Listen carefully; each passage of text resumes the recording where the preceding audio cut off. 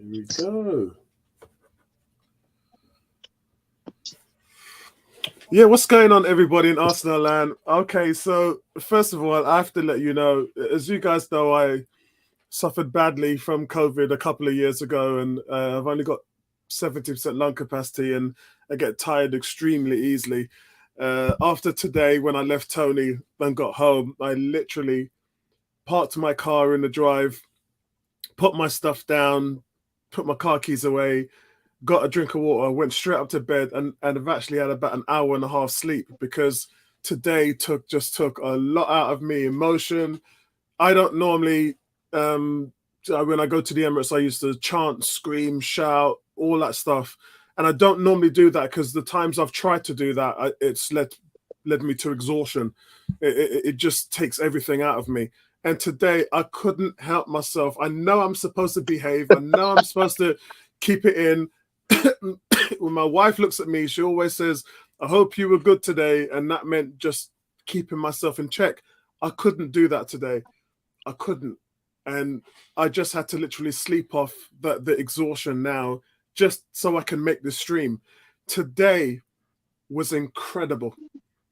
Today was, sometimes when people say, why do you love football? Why do you love being a fan? Why do you support, not why do you support Arsenal? Why are you a season ticket holder? What is the passion? What is your emotion? And today was all about passion and football and everything else. And when I left that stadium with Tony, the first thing I said to him is, this is the mark of the desire of being champions. This is what makes you champions. It's wins like today. Happened again in Aston Villa, the last minute Nketiah goal against Man United, but just the sheer desire to pull yourself from mediocrity to winning, that takes guts, guys. This is what makes champions in sports. We've seen this kind of behavior in various different sports where you've turned up, you've not been at your best, but you refuse to die. I said to Tony, the tectonic plates on London shifted today when they won that game in the last kick of the game in the 97th minute, beyond injury time. That in itself was a joke, but we'll come to that later on. Guys, to tell you that I'm elated is just an understatement. I mean, we're going to have to talk about the good and the bad because let's be fair, it wasn't a good performance. But how they finished it and the never say die attitude and the sheer will to pull yourself back from defeat tells us so much about this team that words cannot express. I mean, I'm having to watch. I spoke to my son today and I said, what did it look like on TV? What did it actually feel like? And the emotion from being inside the stadium is nothing short of just incredible. I will never forget what I went through today inside that stadium with Tony. Shout out to everybody. Shout out to Tony. Shout out to Gary, Bertrand, Man's Man. Good to see you guys. Let me get your thoughts and opinions of the game, and then we can go into player ratings. No, as far as I'm aware, Smith Rowe did not get injured. The thing is, he had only played 45 minutes on an under-21 game. So him being on the field for 55 minutes, we always knew, me and Tony was talking about it when we was discussing subs, and we always knew he was going to come off. I actually said to Tony 3 minutes before the sub was made, you got to get him off. It's too much for him. He's not played in 4 months, 4.5 months actually. And to have him play with this game, as the magnitude of this game and the energy, it was going to always be too much. And I was crying out for Nelson. You lot here know I'm a big Nelson fan. Shout out to you, Ebony. Shout out to you, Danny, as well. Danny's always talked up Bruce Nelson. And we got what we deserve today. I said to you guys in the chat before I go to Tony, Nelson's played 64 minutes of Premier League football this season. He's got 3 goals and 2 assists. That's all I'm going to say on that one. Tony. So first and foremost, thank you very much, Apollo. You invited me along. I could not have picked a better game to attend. I kind of got to push back on your comment that it wasn't a good game for us. I mean, I thought we dominated so much. It was just a matter of time. When you dominate a game as much as we did, we ought to have won that game maybe 5-2. We ought to have won that game maybe 5-2. I'm very interested to hear what people feel, having maybe seen commentated games on TV, about some of the handball calls that we in the stadium weren't privy to hear and understand exactly what happened, how it happened, and what ultimately, was the decision about each of those calls. But some of them, from where we were sitting, Apollo, looked fairly dubious, fairly, good shouts. At least two of them for me. In that second half, I thought, that definitely looks like that ball has hit him somewhere near the hand. So without the slow motion that you guys get when you watch TV, I'll be interested to hear about that. But I thought from the way we dominated the game, the way players were playing, and you and I were eulogizing about Vieira. The gentleman to my right in the stand wasn't so glowing of his assessment of Vieira's performance, but I thought he was having a terrific game. I thought he was integrating really well. I think he was given a lot of options. In my estimation, I think the ball didn't go to him enough. Yeah. I think there were opportunities where the ball could have been played to him in advanced positions where he has an eye for a pass and could have then latched on and created an opportunity, but the ball didn't go into him quickly enough. What about his movement, Tony? His sheer movement, and this is why I was saying when you're watching it on TV, you don't appreciate when you're in the stadium and the TV cameras focuses on the ball carrier, right? So you're never going to see the how the play develops or the breadth of the movement from other areas. Those are the things you won't see on television. And when you see Vieira, the sheer amount of this guy is a viable option in the final third. His intelligence, to the runs that he makes, the way he pulls defenses out of position, it's exactly what the team needs, and you won't see that on television. Yeah, I mean, we've said how good a first half to the season Granit Xhaka has had, but the last 5-6 games have kind of quietened down for him, and we kind of feel like it's time to freshen up his position. And Fabio Vieira has, taken his time. He's integrated. He's built up his strength. He's had his cameos, and I now feel it's time to take the training wheels off and let him fly in that position. He may not be as strong defensively, but let's not, write him off as a defensive scrub. The guy can defend. He can get his body in a way. I mean, I kind of remember Robert Perez. Perez couldn't tackle for crap. But Wenger knew, listen, all you have to do is put your body between the man and the goal. And Perez did that with aplomb. He didn't have to make the tackle, but he was in the way of the cross, the shot, whatever it needed to be. And obviously, he benefited from having Ashley Cole behind him. With Vieira, he's gonna have not only the back four, he's gonna have Zinchenko and Partey behind him. So what about the two duels he won in the midfield today? Sorry? What about the two duels he won in the midfield today? Yeah, I mean, I turned over to you and I said, and they call this guy a lightweight. Yeah. I mean, that was right. He had a shoulder to shoulder, and he just brushed his man with aplomb. But superlatives in this game. I thought Thomas Partey again. The man is just supreme, inhuman. It just is supreme. His tackling, his interceptions, his duels, his ability to control the ball under pressure and find forward passes. He's running up. His passing accuracy is ridiculous. His weight of pass is superlative. I just can't eulogize about how much pleasure I get from watching Thomas Partey. Zinchenko, again, another great performance from your inverted left back. Now, yes, I saw danger signs from second one, because from the kickoff, when the ball's played out, and I'm thinking, hold on a second, their right back is 1-on-1 against Zinchenko, and they've got men running through the middle, and I'm thinking, if you don't stop this ball at source, this is danger. And lo and behold, Zinchenko allowed his man to get a crossing, which ended up being a goal in 9.11 seconds. And to me, I didn't get a chance to look at who was at fault in the middle, because to me, the fault lied with Zinchenko. The cross should never have got there. Should never gone in, yeah. 100%.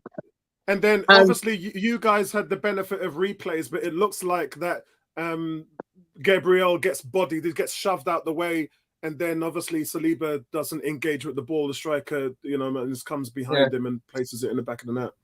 But having made the mistake, the rest of the game, Zinchenko was Zinchenko-ing. What he does, it's just superb. He's just a great footballer. He has a great brain for a pass. His movement, yes, there's the odd occasion. I'm sure Bertrand will allude to there's time when he slows the game down a little bit, but he's always probing. He's always looking. He's twisting. There was a couple of times where I'm like, pass the ball, where he kind of was dallying with the pass, and it looked like he was going to be dispossessed in a bad area of the pitch. But overall, I just can't believe how good a player he is. Tony, this comment says it all. Yeah, Yumi says, I think Thomas took it personally when he was hearing who's going to start. It's not even a bone of contention, bro. Look, congratulations on Jorginho's couple of games that he played, 4 or 5 games that he played. But the real truth is Thomas Partey. He is the truth. The guy is the Rolls Royce of the team. And he gets a goal today. Doing what he's doing in Europe. Nobody is doing what he's doing in Europe. Yeah. If they are, somebody show me. Send me a video of just send me a game or games and tell me what levels people are achieving in regards to what Thomas Partey is doing. He is an absolute dominator. Like I said, he's Ronnie Lott. Any of you who follow the NFL know who Ronnie Lott is, safety for the San Francisco 49ers in the 80s. This guy is a Patriot missile. We see us getting beaten on the counter-attack. There's no player within 10 yards. You blink, and Thomas Partey, Bertram used to call him, old man legs. This guy's got Linford Christie legs. I cannot be he's the closing space in tackles and counter-attacks. He's wiping everything out. Can I just warn you about saying that in front of Bertram, because Bertram is going to likely say that he's on some kind of egg substitute diet or something, for the bench settings, Oh my God. I'm not saying a word till my time comes. But hey, listen, look, I don't want to take up too much of the guys' times, but today was a joy to be at. I was always confident, even at 2-0, that this game was ours. I just thought with the level of press that we had, with the level of possession and opportunity that we were creating, I just thought it was just going to be a matter of time that once one went in, 2 and 3 would follow. I didn't expect the second goal because I thought it was going to, I had it down as a 3-0 win. They scored the early goal. I thought, okay, we'll win 4-1 instead, because I was certain after 10 minutes of play that we'd score before the half, and then we'd score just after the half, and then we'd just terrorize them like we did Villa in the second half. But lo and behold, they made it to the half. They came out, they got a second, and I think a lot of people were like, oh no, it's a disaster. But for me, I just felt, nah, don't worry. This team have got it in them. Yeah, they have got, and I filmed it. I said, this team is built different. Yeah. This team this season is built different. And youngest team in the league, and they are men. The more I see it, the more I see it in the flesh, the more I've got the buy-in. And to see Reiss Nelson come in and do what he did has given me even more reason to be jubilant and excited about what this team can achieve this season. So before we go to Gary, let's we've got Bertrand from New York, we've got Manners Man live from Jamaica. Let's go to Manners Man. Manners Man, I just finished watching your video before I went live with this, and you've got lots to say. You got a lot to say about this game, man. So let's get your opinion on it. Welcome to 101. Yeah, man. Thanks for having me again, Apollo, Tony, Gary. I think this is the first time we're meeting. Crumpy and all the persons in the comment section. Always good to be here, man. But it was full of drama. Just from the beginning. I think what happened at the beginning, we at the game generally so far in the league, when teams start, they play it back to their goalkeeper or centre back, who plays a long ball, going forward. And I think we were set up for that. We were set up for Bournemouth to play it back to the goalkeeper and then go long. Bournemouth didn't do that. They immediately went wide, went forward. And I think that is what caught us out in the beginning. From the replays, I don't know, because Gabriel Martinelli actually came back to help Zivchenko. There were two deflections on the ball that really caused the goal to be scored as well. So I don't know if I can blame Zivchenko for that. I just think we had 8 persons on the right side of the field, plus the goalkeeper in goal, that's 9. So there were only 2 persons. I think if anyone would have been blamed, because this is the first start for Fabio Vieira. Yeah. And so Granit Xhaka probably knows the role better, what to do at kickoff, and would be on that side. Fabio Vieira was not on that side to cover or to help out Zivchenko. So Martinelli came back and he was nowhere to be found. So maybe it was just a miscommunication. But listen, this is also the first time I think in quite a while that I've seen a team where none of the players on the field at the beginning of the game played for Arsene Wenger. Yes. Yeah, that's right. Yeah, that's right. It was the first time in God knows how long that no one that under Wenger had actually played a game for Arsenal. Yeah, good shot. 1986. What? I didn't know it was 1986. Since 1986, this is the first. Wow. Right? No, it can't be 1986 because Wenger wasn't there in 86. It must be 96. No. They're talking about the period. So the player may have been played 86 and played when Wenger came on board in the 90s. Oh, okay. That's Sorry. That window they're talking about. That's that window. Yeah. So the player may start in 86, but played under Wenger, but didn't play. Right. So it's okay. Sorry. Yeah. So that was something else. So a lot of these players are Arteta players, right? So that was good to see, to see where Arsenal are at. But we did.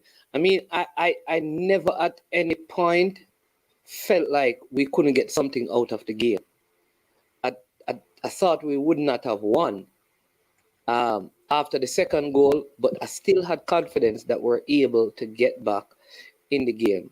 And so we did. We got the 2 goals, and the goalkeeper wasted some time, and the time that he wasted caught up to him in time added on. Isn't that great when that happens? You're right. So it is. I think it's justice. But the stats for this game were so crazy. We had 17 corners, right? And we scored from our last corner.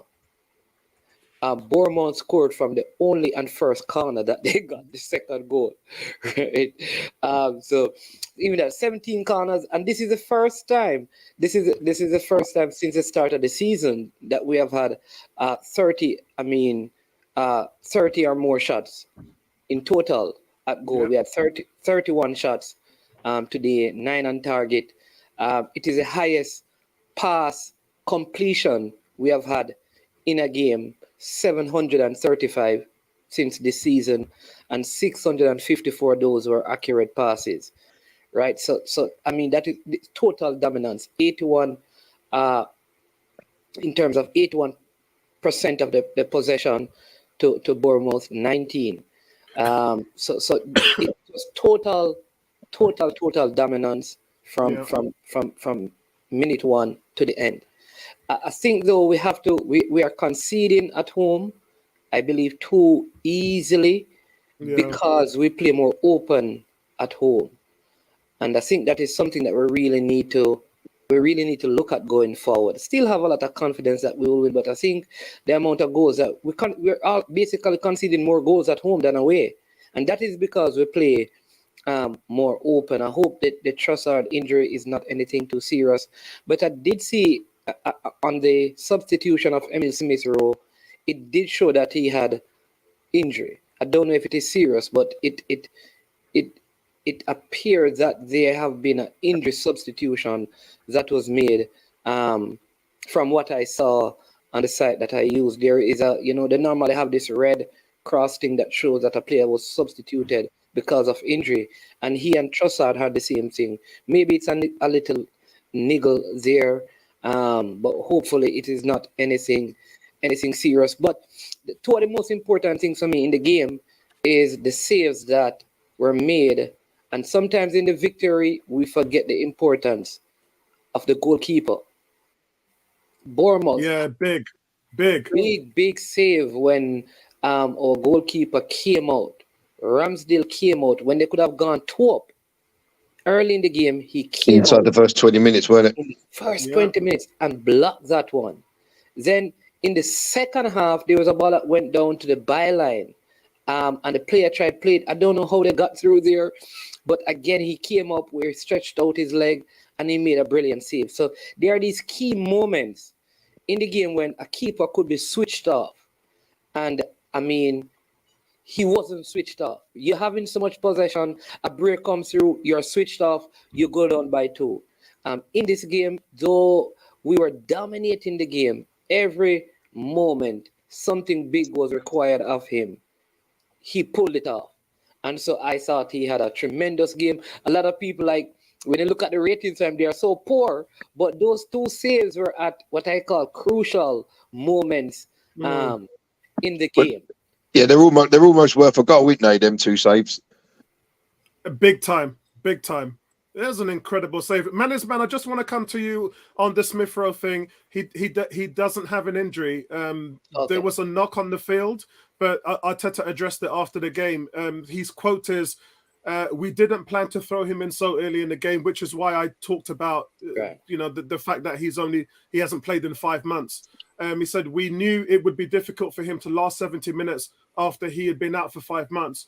But I think he had a good impact in the end. I felt we needed something else, especially on the left, where we were attracting more players onto that side. And we were, so we made the decision to change in that area." So he is fit.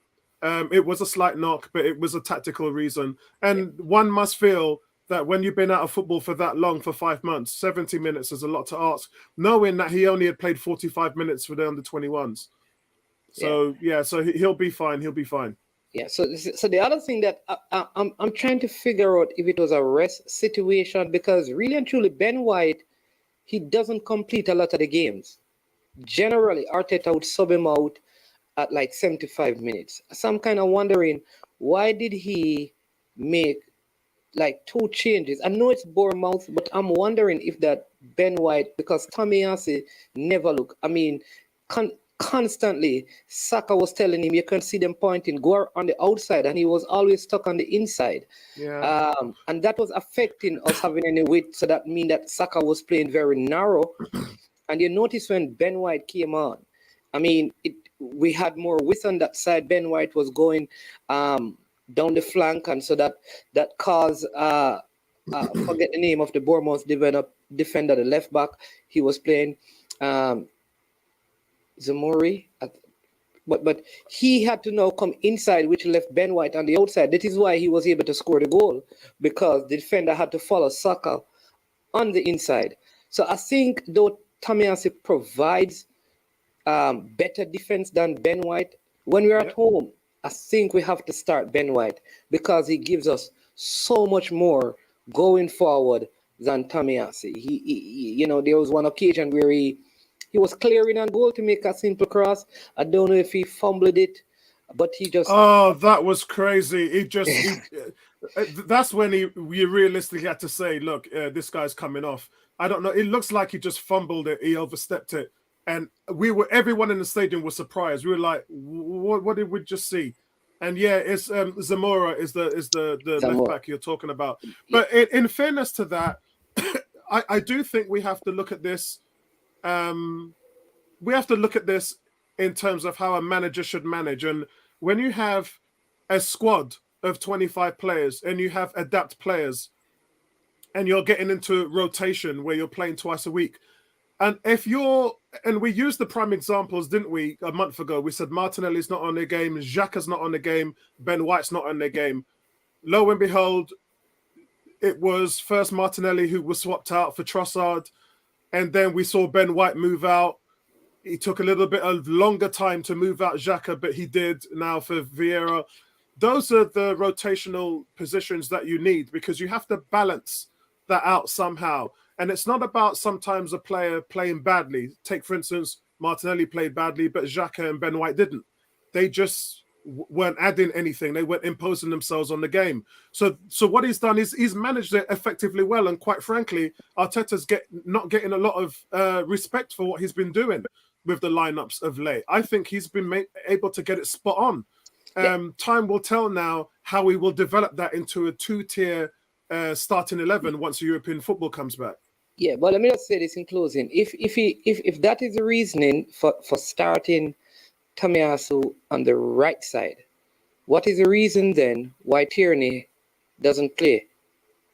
Because I think when you look at those examples that I made, where players, you have players who's falling short and a player who's bringing you quite a lot on the field, we can't say that about the Tomiyasu and Ben White one. It's such a minute change, and it will change depending on which team you play. So we've seen Tomiyasu come in against Man United, against Liverpool, certain situations where we've had to defend a very, very good attacking player. In that situation, you want Tomiyasu in there. But then we've seen situations where Ben White's been managed to thrive because Ben White's final ball is way better than Tomiyasu's, and he adapts so well with Saka. Saka didn't play well today. That's probably because of Tomiyasu. So, when he has played well, Ben White's been there as a facilitator. So I think it's situational, and I think we'll continue to see that play out. On the other side, it's not even close. Who's in terms of the quality between Tierney and Zinchenko? That's night and day. That's not even a discussion. Yeah. I think though, before we got Zinchenko, defensively, Tierney was one of our best defenders when he was fit. I agree, but the manager's essentially looking for two number 10s, isn't he? He's looking for control and dominance and ball possession, and Tierney's not going to give you that. Okay. Yeah, that's the only difference. Zinchenko gives you all of that, but Tierney is a much better defender. If Tierney would have been starting today, that first goal would have never happened. Yeah. And guys, we have to remember we're more like a back three. I know that the formation doesn't tell us or show us, but we are essentially a back three defending a high line. And that's the reason why we do see situations like today where, not today, let's go back to Brentford, where teams are starting to play the long ball against us because we're a man short. With Zinchenko pushing up and inverted, we're essentially a man short. And that's the reason why I call Partey a Patriot missile. He's a safety. He's a free safety, essentially, because he's the one that's going back there and knocking out missiles.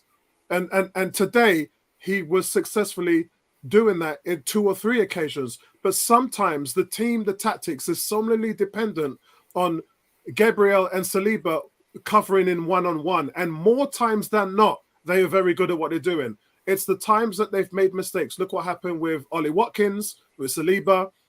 That wasn't so lucky. So we're going to see situations like that, but that is purely a tactical standpoint. Yeah. Well, finally, I will say, listen, it's a good day when the Gunners fired 3 to win and the Wolves eat the chickens. So... Barbecue chicken, jerk chicken. So let's go, Gary. I'm going to leave you last because I spoke to you in the studio beforehand. I did call Bertram as soon as I left the stadium, and Bertram's got some slightly different views. Bertram, how did you see the game today? I didn't enjoy the game. That's my first thing. I didn't enjoy the game. I told you, my poor little I was heart. watching the game with a sense of arrogance, frankly, like Manning's man, which is, I don't care how much Bournemouth score, we're going to score more. Until we got to the second half and things weren't really changing. I'd like them to. I'm like, could they really hold out? And I didn't see the last goal. I only knew we scored because Gary mentioned that Nelson scored. I'm like, how do you mean Nelson scored? I clicked off at 96 full minutes. So I'm like, you know what? This is ridiculous. And so I didn't see the last kick. I went back and watched it, obviously, until Gary said Nelson scored. By the way, I was very impressed with Nelson. So here's my view on the game. A couple of things. One is, the first goal was, you know, when you watch NFL and they override one side when they're trying to get an onside kick? That's what they did. They overload the left side. I don't know if you guys realize this. They only had about 2 people on the right. So then we shifted our team to cover off the way they were set up. So they know how Zinchenko played, and they probably realized Vieira can't defend himself. Even though you and Tony are talking about his defensive skills, which I haven't seen yet. So they isolated their right person on the right with Zinchenko. That's what they did. Go back and watch the kickoff. Gabriel, I don't think was aggressive enough to reach the ball, but I think everybody was a little bit surprised. So that's where strategy comes in the game. Somebody actually observe your team and make some informed decision about how you want to kick the ball off and how you want to attack you. And it was successful. They got lucky. They deflected, but they got lucky. So let's take the game in its totality. So we have 87% possession. And yes, we're bombarding their goal, but we're not bombarding their goal. What do I mean by that? You're not getting ball between the lines where it's one-on-one with the keeper. You're not creating a situation where you're on the penalty box and you can kick right or left to score. They dig in wide, and sometimes Saka was coming in too much initially when the ball's on the left side. So therefore, all it does is bring the person marking him further in, so they're very condensed. That's why when City play with Mahrez and with Grealish, they stay wide all the time. Even sometimes when they have the ball deep, they stay wide to create space between the lines so you can get in between the lines. We weren't doing that for some parts of the game. Secondly, Apollo, this is Bournemouth. I'm sorry, guys. I'm going to repeat this again. This is Bournemouth. They ain't good. They're not a good team. It was very obvious they're not a good team. They're not a good team. They're not a good team. Nope, Bertram, that's a big zero. Bournemouth is not a good team. Not a good team. So let me say this. So when you're playing a team like this, we played like in the Wenger days where there was no abundance of caution. Bowman should have the second goal, Apollo. Even now at your age and my age, I could score that goal. Yeah. All the kids, look, they had 2 people for that one pass and they missed the goal. All he had to do was fake Ramsdale and touch the ball in the net. That one-time kick was warranted. There was no one in sight. Gabriel came over and Saliba was there. There was no one there. All he did was take the ball and go walk it in the goal, and he did. And if it was down 2-0, would have been much more challenge. When you're attacking like we are, you have to balance the field. Sorry, Cranky. We were down 2-0.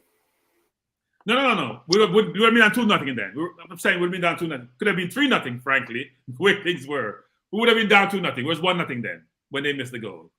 Secondly, guys, think about it this way. When you're attacking someone, you should always think, I may lose the ball. You can't actually lose the ball when you're attacking them. Yeah. When we lose the ball, there was no one in sight.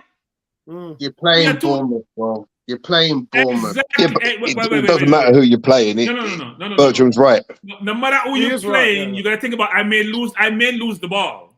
I may lose the ball. It could happen. Under Wenger, that's how we used to play with Ramsey. You guys give Ramsey all this credit. Ramsey was a wild chicken, nowhere defensively. We lose the ball and we're scrambling. And today we should have been down 2-0 in the first half of the game. And frankly, Apollo, we don't play 3 at the back when Ben White played deep, we play 2 at the back. Yes, this is 2, yes.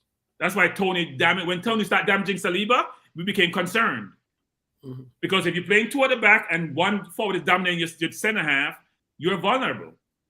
So, sorry, Frankie, doesn't Partey like slip. Partey back was on the into- field. Manning's man. Partey got carried away too.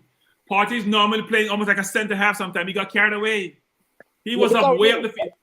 What I'm saying On the is that- second goal they missed, he was way upfield, nowhere inside. No, man, what I'm saying though, in chasing the game, we're doing that. But generally, when we have two at the back, like Apollo is saying that Partey generally sits to make it 3, to do all the recovery. But we were chasing the game today, and I think that is why it probably was a little different. Because Here's what happens. Even if Partey's sitting sometimes he gets dragged upfield. If there's somebody in the middle. Look how much time. That's why the center half works, because we have 2 physical, strong, big, quick, athletic center halves. So you can afford to play that way. When we play the Man Cities and they start pressuring us, that's why we crumble sometimes. I'm going to be curious to see how we play City. I was concerned today because I think, look, Tony's right. But Tony, Apollo just said it wasn't Bournemouth. I just said Bournemouth, and Apollo was pushing back on me saying, no, yeah, I said no. Yeah, I said no. I'm sorry. I'm not. They're not that. good. No, I'm not having that. They're not good. They're not good. No, I'm not having it. Can I just tell you why? Today. Can I just all they tell did you why, today, Bertrand? you know what? It's like 11 of us go sit deep and hope to kick the ball up the field and get a break. That's all they did today. Nothing. So Bertrand, can I just tell you why? And it's just my opinion. I respect yours, but I have a different way of looking at it. I love this league. I think this is the best league in the world. And unlike many fans, I'm humble. I can call it for how it is. So let me go through the bottom 4 teams in the league, shall we? Let's just do that for context. Leeds, 17th. They should have beaten us. We were lucky. Everton, 18th. They did beat us. Southampton, 19th. They drawed in a tough game. I don't think we should have lost that game, but it was still a tough game. We didn't win it. Bottom of the league, Bournemouth, 20th. Do you get where I'm coming from? That says a lot about Arsenal versus the competition. You could say I that. watched Man City play. Wait, I watched Man City play Bournemouth last week. It wasn't close. It was over in the first 25 minutes. It wasn't close. So hang on. Wait. If you're going to be giving it Arsenal aren't good against the bottom teams, then sorry, but didn't Man City lose to the bottom team this year and last year as well? I know, and that's why I'm just saying, let's have a little bit more respect for the Premier League. That's what I'm saying. No. This league is tough. Guys. You can't have it both ways. Tony can't No, say you can have it both ways. Apollo's right. Apollo's right in what he says. The Premier League is the hardest league in the world for a reason, because any team on any given day can turn up and beat whether you're top or bottom. It doesn't matter. It's not like the Scottish Premier League where the bottom team has got no hope against the thing, or in Italy where the bottom team has got no hope, Germany, Oh, or France. It doesn't happen in those leagues. That's what I'm saying. It only happens in the Premier League. We're not, guys. We're not comparing leagues here. We're talking about the Premier League and Arsenal against Bournemouth. That's the game we're analyzing, and I'm saying Bournemouth ain't that good. The only time Bournemouth got a chance today. You know that, but that's why Apollo was protesting. No, Apollo was protesting. No, but that we point. know they're not that good, but that's why you can play high risk football. We talked about this yesterday, Stan. You know, you're gonna play high risk football against lower teams. Yeah, against better teams. That's when you find teams will add an extra defender in the centre backs. That's when you find they'll find an extra midfielder, because they realise that, hang on a second, I could be overrun in particular parts of a game because they have an instrumental player at a certain position that I need to account for. When you're playing Bournemouth, they don't have nothing. They don't have nothing. Actually play your two at the back, and you can play high risk football. Apollo and Tony, you notice I was quiet when you were having your soliloquy? You notice I was quiet. Yeah, I get it, but you know, you go down a rabbit hole that No. When you went down your rabbit hole, I didn't protest you. When you pull down your rabbit hole, I allow you to have your rabbit hole. Go down your rabbit hole and stay down there. I allow you to have your rabbit hole. You allowed me to ask the question, though, Bertrand. You allowed me. No. What I'm just saying. The man is feeling on our thunder, Apollo. You know what? We come home so elevated, so full of joy. Like we've been to one of the best games we've ever been, and the man is just feeling our joy, you know. You guys have low standards. Low standards. So let me say this. Bertrand, I love you so much, brother. Let me say this. No, but let me say, I think what is happening is that What we are saying is accurate, so you didn't need to interrupt. But if what you're saying is not really accurate, we are going to interrupt you because it's not accurate. So maybe that is what, okay, back up. What if I say that's not accurate? No. I want to hear this. So let's have the debate. We're going down another rabbit hole. No, We're going down another what if I say rabbit hole it's not now. accurate? It's not about accurate. It's about opinion. My It's view about is opinion, that your Bournemouth opinion, isn't Bertrand. good. So, Yeah. Gary, is Bournemouth a good team? Bournemouth are the worst team currently in the Premier League, but on their day, they can beat anyone in the Premier League. So they're not a Nice good team. one, Then. Overall, they're Gary. not a good team. Wait. Shh. They're not a good team overall then. They're currently the worst team in the Premier League. Today You're they not Gary. showed. You're not a politician. Listen, Bertram. Today they showed they was a good team because they was 2-0 up. They could have been maybe 3 or 4. Yeah, against the league leaders. So that doesn't make them a terrible team. On their day to day, they was a good team.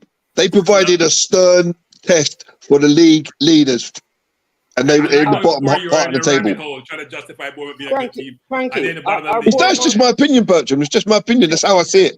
Go ahead. Are Newcastle better than Bournemouth? Cranky? Yeah, Well, 'cause Newcastle didn't cause us half as beat them. much trouble as Bournemouth did. Yeah, and Newcastle just drew with them. That's right. Yeah. That's correct. 1-1. So guys, we're talking about, look, there's levels to this thing. Let me level this for you guys. There's levels to this thing. And you can have aberrations in life. You have aberrations in life. I can have my day. When I say it's a good team, we're talking about in compared to the other 19 teams in the Premier League, and where you sit and how you perform weekly. Stay with me now. No, it's sometimes difficult. Stay with me.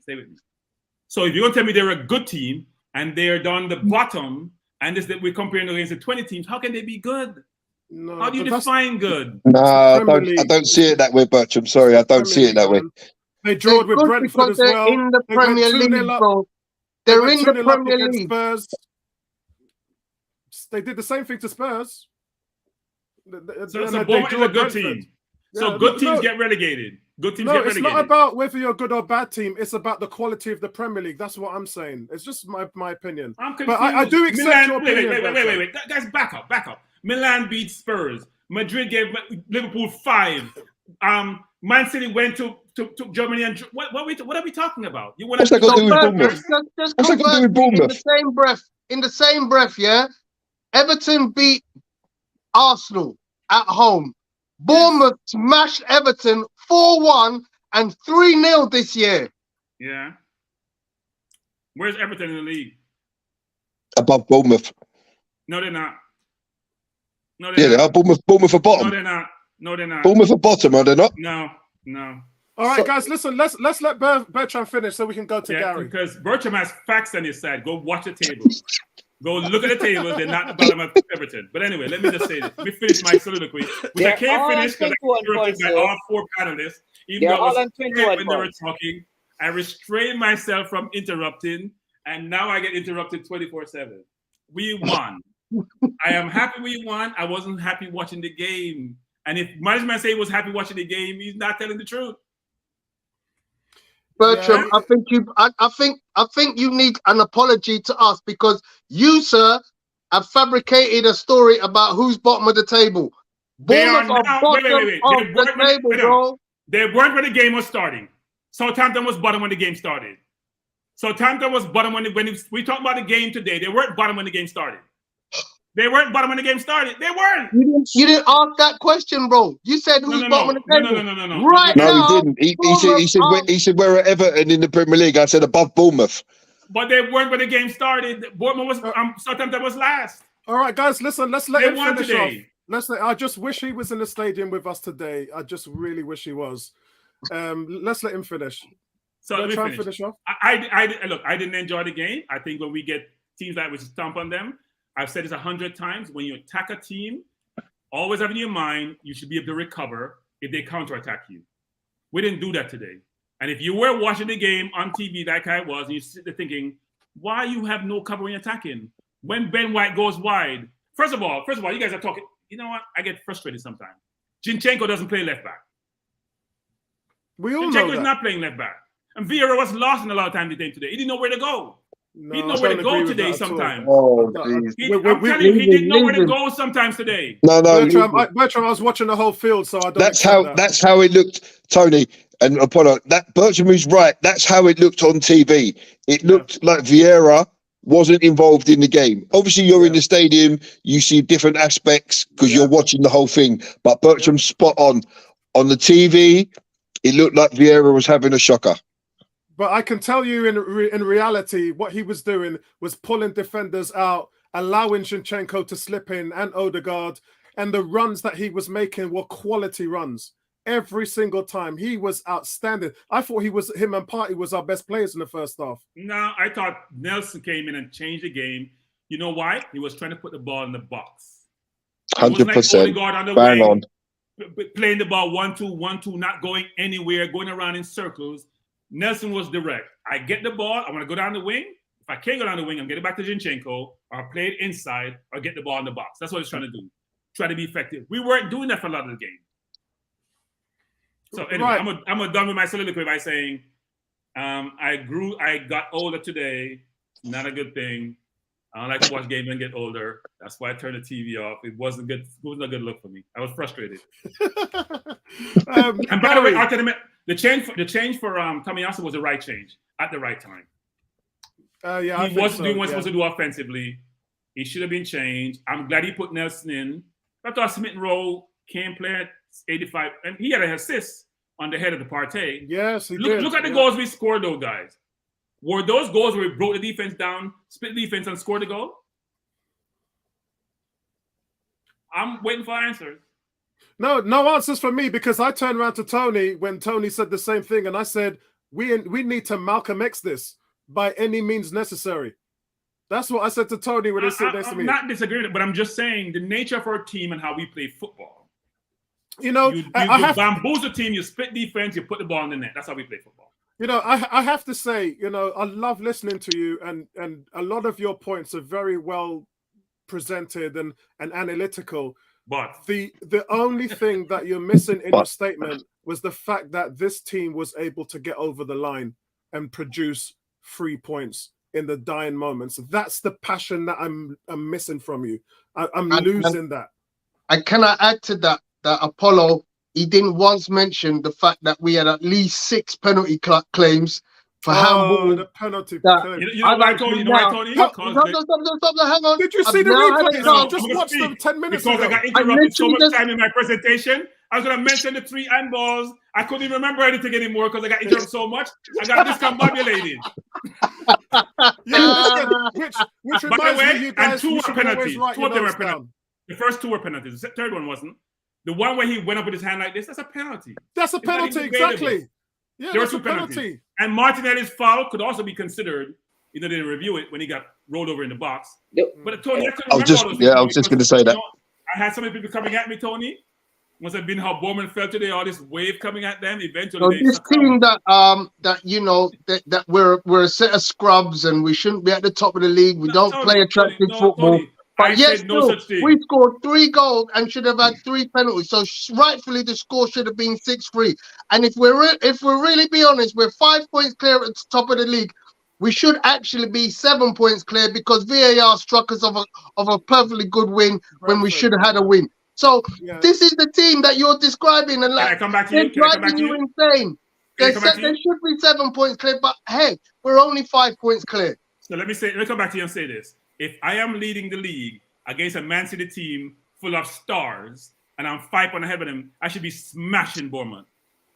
They shouldn't be too up on me at home. They should be scoring 2 goals at me at home, plus have me down 2-0. I should be smashing them, stomping them like bugs, and get over there. Yeah. So why not Man City top of the table, bro?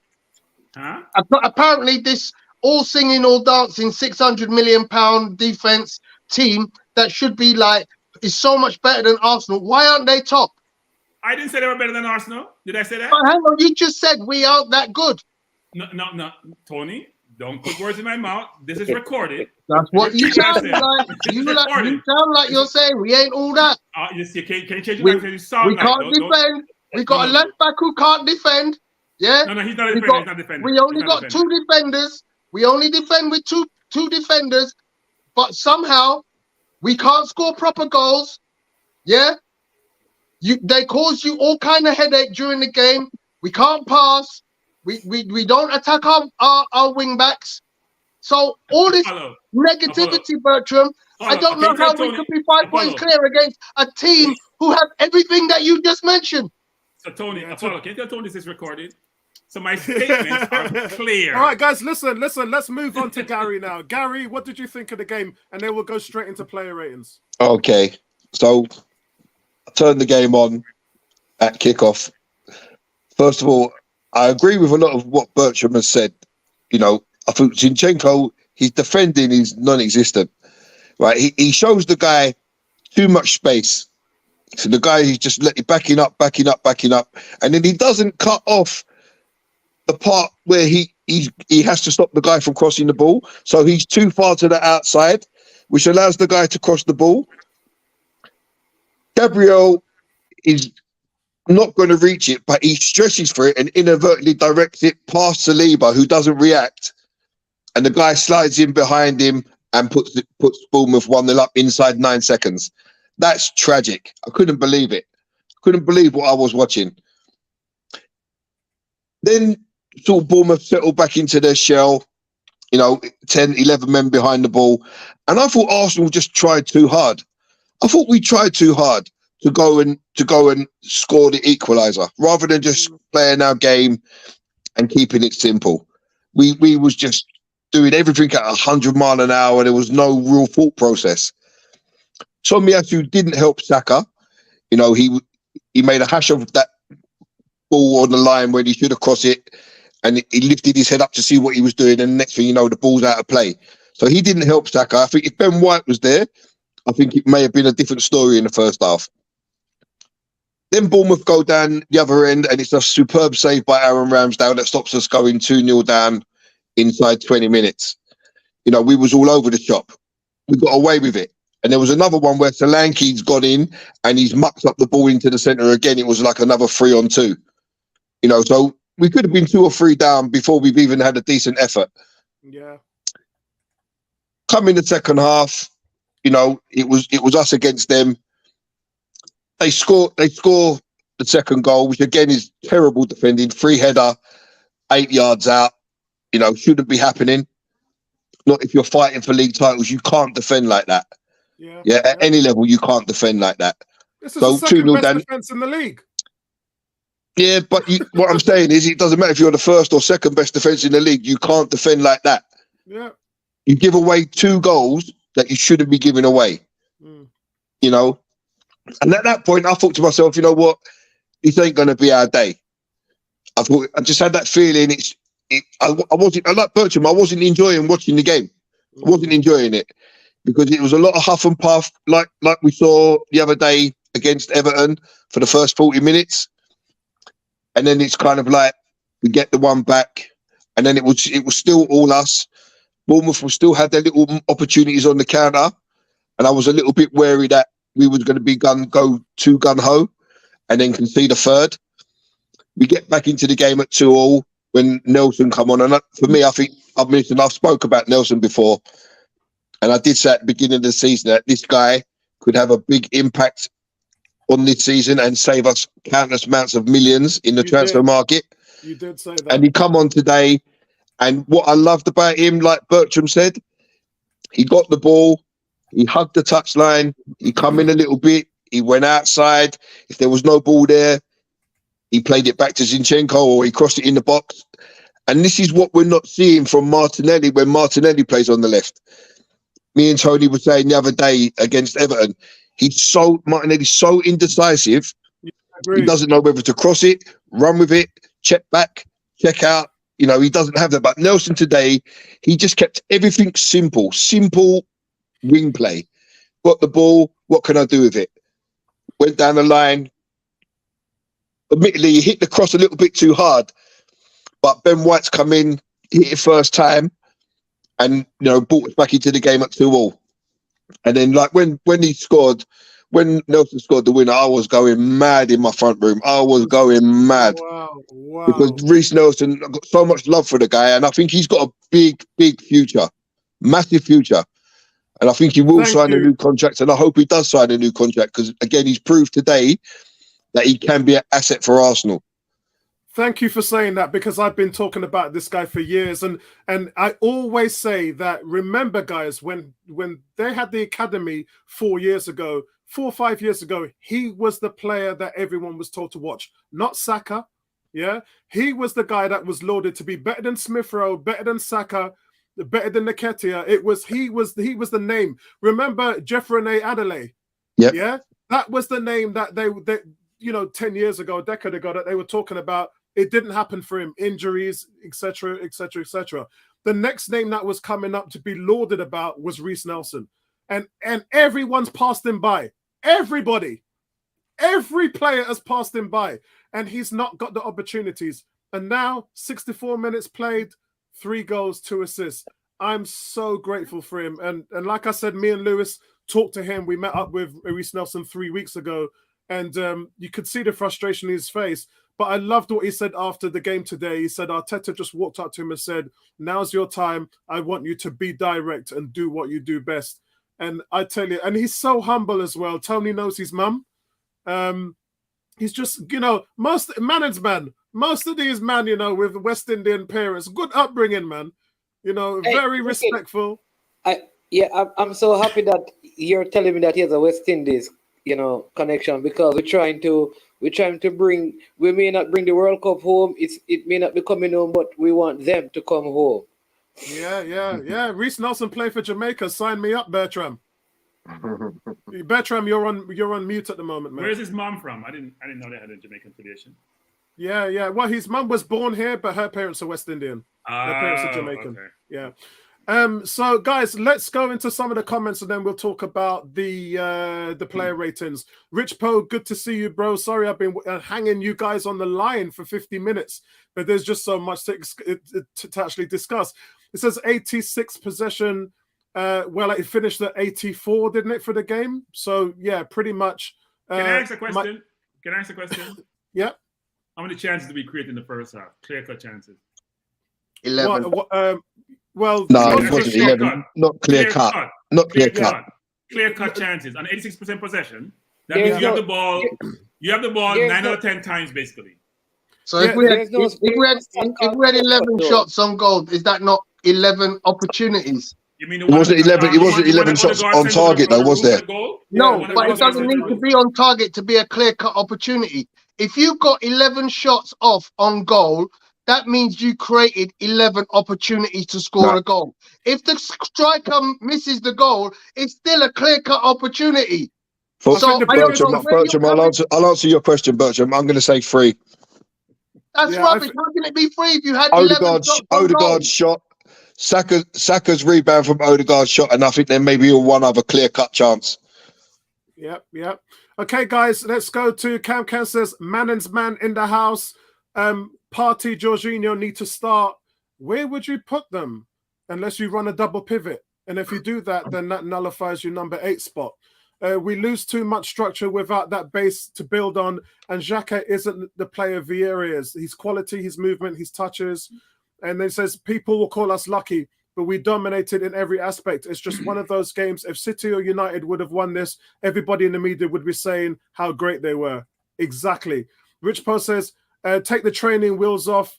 The quote of the evening so far, surely. Though I did not think that Man City squad or the squad has something special about it. Hayumi said, I think we talked about that before. Rich Poe has a question. He says, fun and jokes aside, what major lesson comes from this Bournemouth resurrection? I think it's what Tony talked about. Tony alluded to the fact that when we play lesser teams, we're more open. You cannot, you cannot, and you do not set up like this when you play teams like Man United, Newcastle, City. You don't set your team up like this. You just don't. But you can afford to because of the lack of shots. I talked about before this game, Bournemouth had scored 22 goals in 24 games. They're averaging less than a goal a game. And then they go 2-0 up. And they scored. I don't agree with you, Paulo. That's fine if you don't agree. I accept that all day. Let me just say this, there's degrees to this. So when we played Man U at Man U, we were open because of how we were attacking. We were still vulnerable. How did they score their first goal? How did they score their second goal? How did Rashford score his goals? No, I don't agree. He was isolated up top because there was space in between our defense and our midfielders. He got in that pocket. we attack same way, just a little bit more, not as much as we did today, with a similar concept. He beat Thomas Partey, Rashford, and then hit the ball from 30 yards. And I said to Tony last night on the Premier League show, nobody hits the ball. Nobody hits the ball like Marcus Rashford in this league. And I'm not talking about dead ball. I'm talking about that split us open when we played Man U. That was away. But I'm just talking about that Man U. Yes. When Rashford scores a goal like that he did against us to put them 1-0 up at the Emirates, that's all on Rashford. I'm talking about, I said that Man U, Apollo. I didn't say anything about Emirates. I said that when we played Man U at Man U. Yeah, he's talking about the away fixture. Two goals. We play aggressive football no matter who we're even against Man City we do, but they push us back sometimes, so it's not as apparent. So what are you saying, Bertram? You don't like aggressive football. You'd rather play a more passive game. Let's get the context right. Arteta admitted that we were overflowed in that game, and we went away to Brentford the next week and won 3-0, and we patched that stuff up. I think we're falling back into those bad habits again, Bertram. I would agree with that. But after what happened before, there were tactical changes that were made to shore that all up. So again, a little bit more respect on what Arsenal have been able to do in those situations. Hannah Tuma says they used to call him Octopus in Spain. Probably talking about Thomas Partey. I can see why those long legs will stop any transition. Bro, like I said, I compared him to a Patriot missile today. He was ridiculous. Like I said, there was 2 breakthroughs that they had where the ball just came over and they had anchors of space. It was literally one-on-one. Who do you see pop up? Thomas Partey out of nowhere. Seriously, this guy must... I wonder what his 60-yard sprint dash time is. G says, they say we are lucky. What are they smoking? We played them twice. Why can't rival fans just admit we are the best team for this moment? I tell you, the way we came back, the measure of it, that's champions. That tells me that this team wants to win the league. Yeah, that's how you win league titles. Exactly. You don't know you're beaten. You play to that final whistle blows. You create your opportunities, but more than creating the opportunities, you have to take the opportunities. And when that ball fell to Reiss Nelson on the edge of the box, he chested it down. He had a look, bang, and it flew into the corner of the net. Wicked. That's what happens. Yeah, when you want to win league titles. Is it too early to jettison the? No, we're not doing that. We're trying to win everything, my brother, and that's the reason why you go out and you buy a squad and you add those pieces. We still haven't seen Kivior play. Yeah, are they going to play this guy? They spent 20 million on him. Moses, good to see you, Moses. Said, I have twisted my left foot in celebration. What a game. Listen, we were in all sorts. I told you, bro, I had to sleep for an hour and a half through sheer exhaustion, man. I'm not like you guys, man. I don't have the lung capacity. And Hadoubi says, Trossard might not miss a lot of games because of the international break. Good point. But has anybody heard any update on it? I heard Arteta say that they're going to do a scan and then we'll know on Tuesday. Richmond said we should be so proud of this Arsenal campaign. What a story! Drama is being written. Agreed. I don't know who that is, but it says North London forever, whatever the weather. Street is he singing the song? Going back to Rich Post says, how imperative does the panel feel that Arsenal need to believe in being able to beat and compete against men? Yeah, you know, that for me is the one. If you got to go to the Etihad and win. A lot of teams have, you know, it happens. Look what Man United beat them twice. I don't think we need to go there and win. I just think we need to go there and not get beat. Yeah, and that was the same case at the Emirates. I agreed. But for me, I think that it's more of a statement than anything else. A win would, you know, as I said this to Neil last year with the Liverpool thing, you want to make a statement to say we are the champions, not you. And I think that a win would solidify that. However, a draw would be the right result as well. Need to start working on corners. Well, we are the number one team against set pieces, even though Newcastle's the top defense. Against set pieces, we're still number one. Evening to you, Alex. I hope you are well. Kurt, it was really good to meet up with you outside the stadium today. So it's good to see you, Apollo and Tony, at the match day today. Get in there, Arsenal. Rich Poe's I love these questions from Rich Poe. It says, how do you compare our challenge to that of Liverpool during those mighty Liverpool-Man City league fights? Does Arsenal have the same advantage? I think it's different because Man City started to reel in Liverpool. Liverpool's gap was about 7 or something like that, 7 or 8. at Christmas, and then they reeled them in. They slipped up, and they were never able to regain that point back, even when they drawed Man City, and that was the time that they really should have done that. No, I think the difference is that Liverpool has been more competitive in the games with Man City than we have been. Yeah, right? and look, and Bertram, Liverpool had already won the Champions League. They didn't win the title before the Champions League. With the Champions League, then the year after, they ended up winning the. I'm saying when they played City, it was more of an even match. We haven't been City in forever. Yeah. Right? Kurt says someone give Nelson a pen, because he's out of contract. I just want to go around the panel quickly before I move on. Tony, would you re-sign Nelson to an extension? Just a quick answer. I'm a little bit conflicted because. Come on, Tone. That's a no. I don't think it's. Yeah, if that's, I'm with Apollo there. If you have to take that long to answer, that's a no, man. Yeah. That's a hard no. I need to see more. I'm not saying it's a hard no. What I am saying is I want to see the kid play more. You know, if in 65 minutes you score 3 goals and 2 assists, then that looks fantastic. But I can show you a bag of players who've got similar statistics because they scored. You should have just pleaded the fifth, Tone. You should have just pleaded the fifth, mate. No, because there's rationale behind my thinking process. So, Tony, for me, my advice would be you have to go and look at the 2 years he was out on loan. He was productive in those years. Because let's be honest, yeah? If everybody had looked at Nuno Tavares' first 3 games for Arsenal, you'd have all said give him an improved contract. If everybody had looked at Matthew Guendouzi's first 10 games for Arsenal, you all have said give him another contract. Yeah? If everybody had looked at Pepe's first 10 games for Arsenal, you'd have said he's the next best thing since sliced bread. So that's why I don't go with this. Let's just judge a book by the first 3 games. Look, last year I watched Reiss Nelson play for PSV, yeah? And I'm like, I wasn't overwhelmed. And I'm so glad to see him come in and perform, but I need to see a plethora of games before I make a judgment and say, yeah, he's the next best thing. That's a fair point. It's only a year since people were saying, oh, Eddie Nketiah, sell him. He's not good enough. Yeah. But all of a sudden, Eddie Nketiah has had a run of games and he's been given the opportunity. And now people are like, oh, yeah, this is what he needed. So let me see the same for Reiss Nelson. Let me see 4 or 5 games. But you wouldn't see that if you're not going to. I don't give contracts on the basis of substitute appearances with 10 minutes left. So you wouldn't give him a contract? No, because I need to see more content. Okay, all right. Okay, we'll come back to you in a couple of months when we see it. It's a fair answer. Please do. Gary, would you give him a contract? 100%.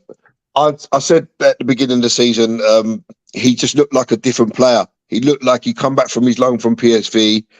I read that he was speaking to Robin van Persie, taking advice on board, and he just looked like he was ready. He just looked like it was his time. And he'd been unlucky with injuries, but when he's played, he's made a big difference. He's made good contributions. You know, he got us the win. Was it against Villa? Nottingham Forest. Forest. Sorry, yeah, Forest. And he didn't even start that game. again today. You know, he's. I just think I think Arteta loves him because Arteta used to coach him when he was 13, when Arteta was playing there. Exactly, and I think he's Arteta's guy. And I mentioned when Arteta was training De Bruyne, Leroy Sané, Raheem Sterling, he talked about being able to develop Reiss Nelson in the same breath. So that's one of the things, we were looking forward to. Bertram, would you keep or would you offer him a contract? So Tony's analogies didn't work, frankly. Guendouzi, who's a France international, I have no idea what the question talk about. Let me just say this. No, I wouldn't give him a contract, and here is why. So here's my view. Nelson or Zaha? Nelson. Why? Well, Zaha's finished, bro. What are you going to get out of him? What do you mean he's finished? What are you going to get out of Zaha? He's 31. I don't understand. He's 30 years old. He's not finished. He's been injured. He scored 6 goals in the Premier League this season. Grealish has scored how many? 2? He's not finished. And Grealish plays in a better team, and he's playing in a poor team. So here's the thing. If I'm going to make up my English contingent number of having 8 homegrown players in my 25-man squad, maybe. If I can replace him with Zaha, I'm taking Zaha every day because he's a better player. Wow. We have a very much bias to homegrown players, and that's fine. You should want to be your own. We will not see him enough to make a good assessment of his capabilities. It will not happen. We are in a Europa League knockout competition. We're fighting for Premier League title. We're not in the League Cup. We're not in the FA Cup. It won't happen. Yeah. So you're going to do it based on your feelings about the player and your knowledge of his capability. Because you've seen him. You're not seeing him today. I don't see him in training. Arteta does. He will know to give him a contract or not based on what he sees. But based on the evidence we have now, you can't give him a contract. But Arteta may give him one because of what he's seeing in training. Based on my eye test, I don't see enough to give him an eye test. Is this Wilshere? Is this Smith Rowe? You can't play if you're injured. And when you're not injured, you can't get in the game because you can't get the people out the team. He's not a Jays who's going to come in and get his game back because of his ability. Because what we know, he's going to be a bench player. Would you... Go ahead. Sorry, finish off, Bertrand. The point is this. We're at a different level now, guys. We're no longer the Arsenal playing for 5th and 6th and 7th. You need world-class players. You're going to Champions League next year. You're trying to fight for Premier League with City. City is your benchmark. Every position, you need to have a player who is deemed to be almost world-class or world-class. Is now almost class or world-class? That's the question you got to ask yourself. As Tony used to say, levels, man. Different level. Yeah, and that's why I found Tony's answer very appealing, because what Tony was basically saying is, let's see if he's world-class. Man, what's your opinion on that? Would you offer him a contract? Yeah, because I always say this: sign him to sell him. Simple, right? So I'm re-signing him. Let him get some 10 minutes. He scores a couple of goals. His value goes up. That's probably 25, 30 million I can get to buy whomever Cranky says we should go and get. I mean, if you let him go for free, there's no money coming in. So why wouldn't you try to sign him, give him some 10 minutes, increase his value, and then you can sell him even to the Premier League club and get 10 million, 15 million, 20 million. We need to stop just giving away players for nothing and then complain that we want to spend big to buy players. Find a way of signing the players, let their value increase, and then sell them on. That's fine. That makes sense. That does make sense. It does make sense, because again, that's one of the things Edu talked about last summer, is that we have to start to invest in our players. You need experience, and when they bought experience, they bought in 4-time Premier League champions. That was the experience they brought into the team. Can I just ask a question? Is his contract up this year or next year? This year. So I don't understand that. So he's actually in a position to... I thought his contract was ending in 24, not 23. It's this year. It's the same situation as Nketiah, same situation as Balogun. It's not. No, Nketiah signed a contract. I know he did, but he was running his contract down. Okay, so this is one of them situations that if he's in 24 his contract, his Nelson's contract ends June 24. Let me check. Yeah, because I was going to say, I don't think he is in his last year. I was pretty certain he wasn't in the last year, because if he had been, then June 30th, 2023 is what I'm reading. Maybe it's wrong. Yeah, Tony, the 4th year is an option. I'm reading here. The extra year is an option. Right. So yeah, if the 4th year if the extra year is an option, you take the option, because what you then do, you don't have the player walk away for free, like Manning said, because what Manning said makes absolute sense. If he gets to, it's the same as Saliba. No, I think Nelson's contract runs out in June 24. It's the same as Saliba. Saliba's contract was an extension as well. So to me, you have to sign him up to make more money. Manning's is absolutely right. You do have to sign him up, but because you can't let him go on a free. But I don't think he can go on a free in the summer. I think you extend so that he can at least get to next year to negotiate, and at least then you get the opportunity to see. Like, Gaga, I'm sorry you feel that way. No, it's not like we lost 6-0. We're all celebrating the win, and it's been one of the best wins this season, in my opinion. I'm so happy. I mean, the weekend, what a way to start your weekend. And it's the message it sends out to rival fans. As soon as I left the stadium and I got in the car, I put on TalkSport Radio, and it was just the same Jason Cundies and all them guys who were crying, the rival fans who used to say Arsenal are going to bottle it, Arsenal are going to bottle it. Now those rival fans are starting to come around and saying, you know what, it looks like they're going to do it. And I like that, because somebody made a comment in the chat, I think it was G, that was saying, when are rival fans going to start to respect the process? And I'm starting to see that with Andy as well. Andy's starting to say, you know what, yeah, you lot deserved it. You lot played well. And so the narrative is changing. But for Arsenal fans, guys, we've waited 20 years. Enjoy it. Sports is a wonderful thing, you know. I've been a fan of so many teams. I'm a Jazz fan. They've never won a title, ever. So when you get in a position like this, embrace it, because you don't get to enjoy things like this every time in your lifetime. Yeah? Some teams will never win a title in my lifetime. So when you get into situations like this, guys, it's good to critique. It's good to be subjective, but don't forget to enjoy it, because that's the reason why we're fans. Maybe the question was, do you think Nelson, if we don't exercise the option, will re-sign with us? Because Leno wanted to go to Fulham to play because he want game time. Nelson's not going to get much game time. I think Nelson believes that he can actually become a starter. That's what I think. Well, I think he's got the confidence in himself. Arteta probably, make him feel good about himself because he likes him, but that's not reality. Yeah, Rich Poe, I'll come on to your question afterwards. Let me get the player ratings out of the way first, and then I'll come on to your question about Arteta. Because look, all of this is happening because of Arteta. We can cut it how we want to, but this is all happening because of one man. Yeah, we had this discussion last night on the Premier League show with Graham Potter, and I can promise you it didn't go down very well. So let's get on with the ratings, shall we? I'll come out. I'm going to give Ramsdale an 8 because those two saves that he made, especially the first one, oh Lord, I thought we were well and truly cooked. And then he pulls off a save like that. I don't think that I'm not going to blame him for the opener. I'm not going to do that. That wasn't him. But did he ever keep us in the game? And I thought he's, in terms of distribution, he only had one airy pass where I thought, what was that all about? But other from that, he was spotless. He was quick with the ball coming out in distribution, really helped the team. I'm going to give him an 8. Solid game from him. Tomiyasu, I'm going to give Tomiyasu a 6. I thought he tried to get well to support Saka, but his final ball was ailing. The quality of his crosses were ailing.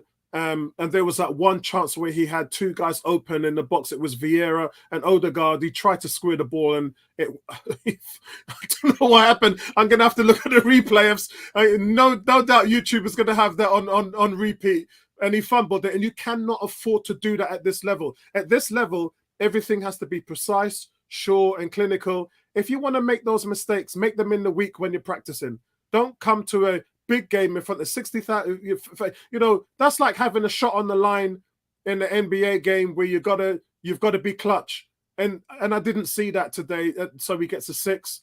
Saliba and Gabriel in tandem. I thought both of them, look, they held their own when they could. But the problem with this game is that you make one mistake and you pay for it. And unfortunately, that's what happened in the opening minutes. On the corner, you have to be commanding your box. We know it's zonal marking. You allowed a free header on a corner to come in. The only corner they had in the entire game. This is not on. Make no bones about it, guys. Arteta tomorrow morning when they're reviewing film is going to absolutely rip them a new one. And then he's going to take them all out in the afternoon and put his hand around them and butter them up. But as a manager, you're going to have to be disgusted with what you saw in the first half, and that's his job. And no doubtly, he will do that. But, so critique where you can, but praise in public. And every good manager will do that, whether it's a football team, in the business world. That's what I do. I go behind closed doors, and I rip some ass. And then when I come out, I praise in public. And that's how a good manager should be. So no doubt they're going to go through that. Two film review sessions they have on a Monday, by the way. Zinchenko, I'm going to give him a 7. It was his usual self, pulling the strings. And he was a major reason for the second half comeback as well, putting balls into the channel. I'm going to go with next one is Thomas Partey. Who in world football is doing what he's doing right now? Please show me. Answers on a postcard to 101 on Arsenal. I'm waiting. I'm listening. Just elite, guys. Elite. I don't think there's a DM in world football who's playing as well as he is right now. And like I said about the Rodri and the Casemiro argument, tell me which team is top of the league and then come back to me. And that shuts that argument down. Yeah, don't talk to me about Casemiro. Your team is in third place. Look at the guy who's in a single pivot. Single. One man manhandling the midfield. One man. And every game that he literally didn't play, we lost. Look at the games we've lost. No Thomas Partey. Go figure. Odegaard, I'm going to give Odegaard a 7. I thought Odegaard, look, he had a license to shoot today, and I don't think he shot enough. I think he should have pulled the trigger on more than one occasion. But I do want to critique on one thing that leads me to something that was irking me today. The amount of block shots that Arsenal had. 6 shots they took where Bournemouth defenders had blocked shots, and it's just too easy. Don't tell me you ain't got a second move or a dummy in you. Yeah, don't allow. You can see you pulling the trigger and the defender's coming in there to slide in for the block. Get a double move in there and don't allow that. Come on, seriously, man. This is the Premier League now. We shouldn't allow that to happen. So for me, look, I thought he, again, was key behind the second half comeback as well. So I'm going to give him a steady 7. Saka, yeah, I think that he was anonymous and it was frustrating seeing him hanging out there on an island. You got to look at the Pepe and Theo Walcott situation. When you're too isolated, you have to have the hunger to get beyond the line. Saka can do that. He just doesn't do it. Saka more depends on taking the defender on to get by him. But that's not what you should do all the time. We saw the goal last week. Remember when he took it with his right foot and rifled it in the top corner? What did he do? He played the overlap and the 1-2. Sometimes your ability to penetrate depends on your movement. And for me, his movement is what's lacking.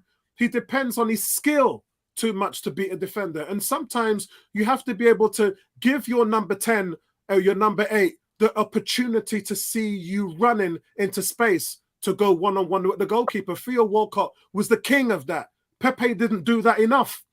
And Saka is a little bit, he's irking me a little bit on there because that's something, if I was coaching you, that I would add to your game. It will make you twice the player you are now. The reason why the Salahs, the Sterlings, the Song, and all those guys, Merez, the reason why they get into 20 goals a season is because that's what they're doing. Yeah? You're nearly there, bro. Don't get me wrong. You are elite, Saka. You are elite. But if you want to add to your game, start punishing the defense by getting beyond the back line. Believe me, Odegaard will find you. Zinchenko will find you. Yeah? Moving on to Trossard. I'm not going to do too much. He came off after 21 minutes. I thought he was okay before that. Martinelli, I didn't think he played well today. I thought in the last game, I gave him 9.5 out of 10. To this game, it's just frustrating because it's not his energy, it's not his defense's aptitude, it's just his vision. His final ball is just nowhere to be seen. He's wasteful. He can't spot a pass, and I didn't even know what he's thinking half of the time. Bertram says he plays with his head pointing down to the ground. I can see some of the lift at the moment. He's got his chin up, but he doesn't know where to go with the ball. There was an instance today where he had option on the right in Ben White. He had 2 guys in the middle open for the pass, and he just doesn't know what he's doing, so he blasts it over the crossbar. It's just, come on, man. Too indecisive. Yeah, it's just like, and look, I know it's part of his development, and so let's see where he is. Arteta, I'm going to give him a 10. The substitutions, man. And I don't normally rate substitutions, but you can see I've given Smith Rowe a 6.5, Ben White a 7.5, and Nelson's my man of the match. He gets a 9. That was due to the manager. Just absolutely understanding the key. And, part of fans' frustration is the manager don't see this, the manager don't see that. He should have done this, he should have done that. Well, he made an early change. He did a halftime change.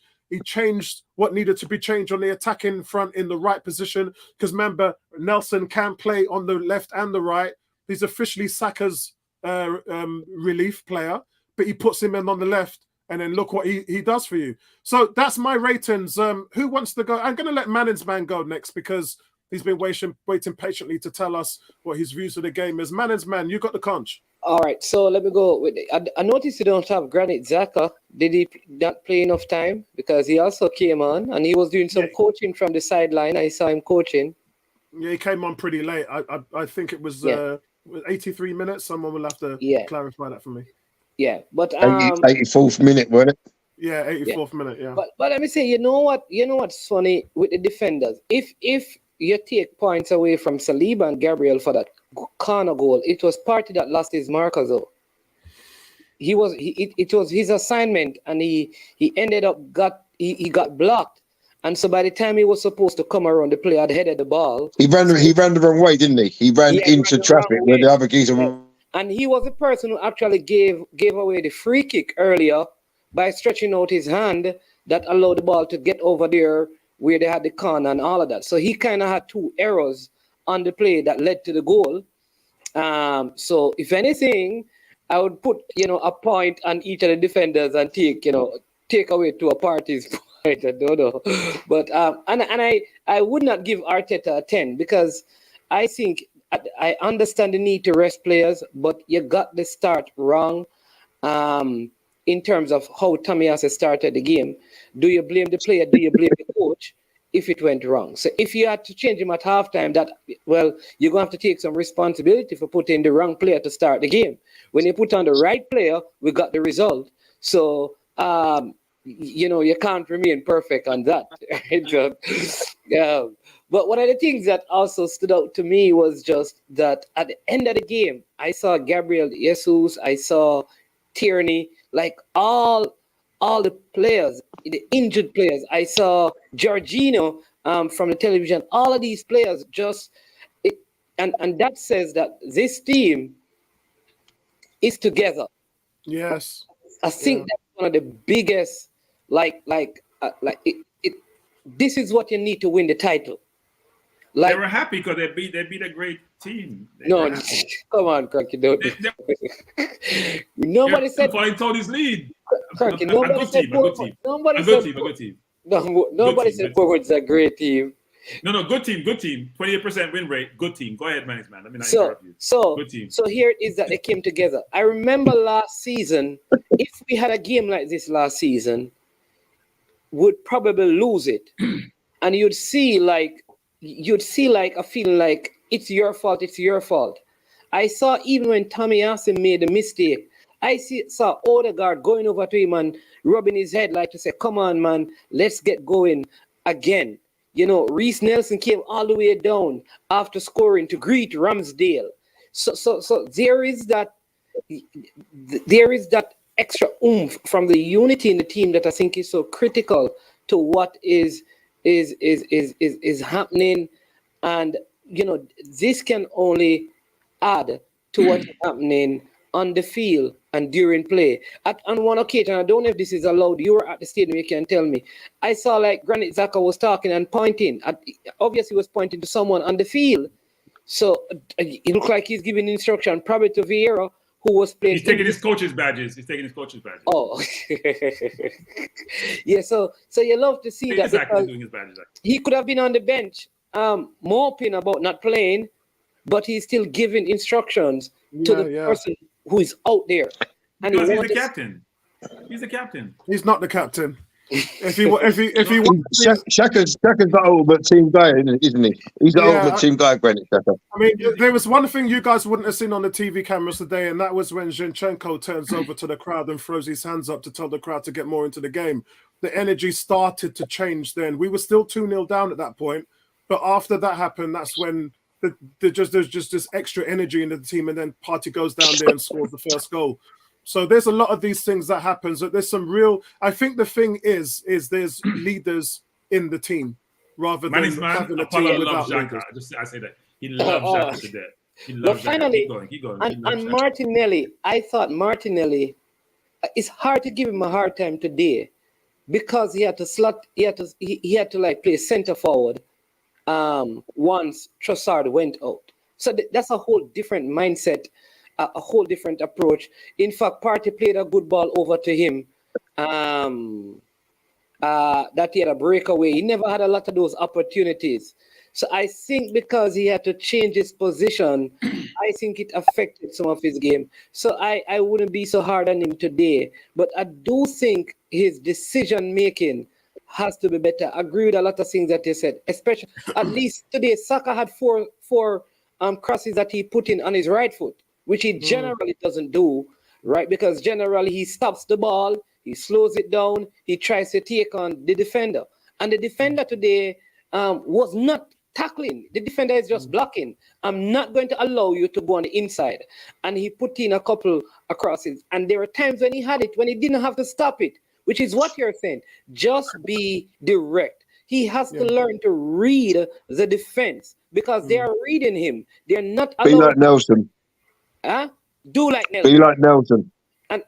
And he has to do that. He has to read the defense.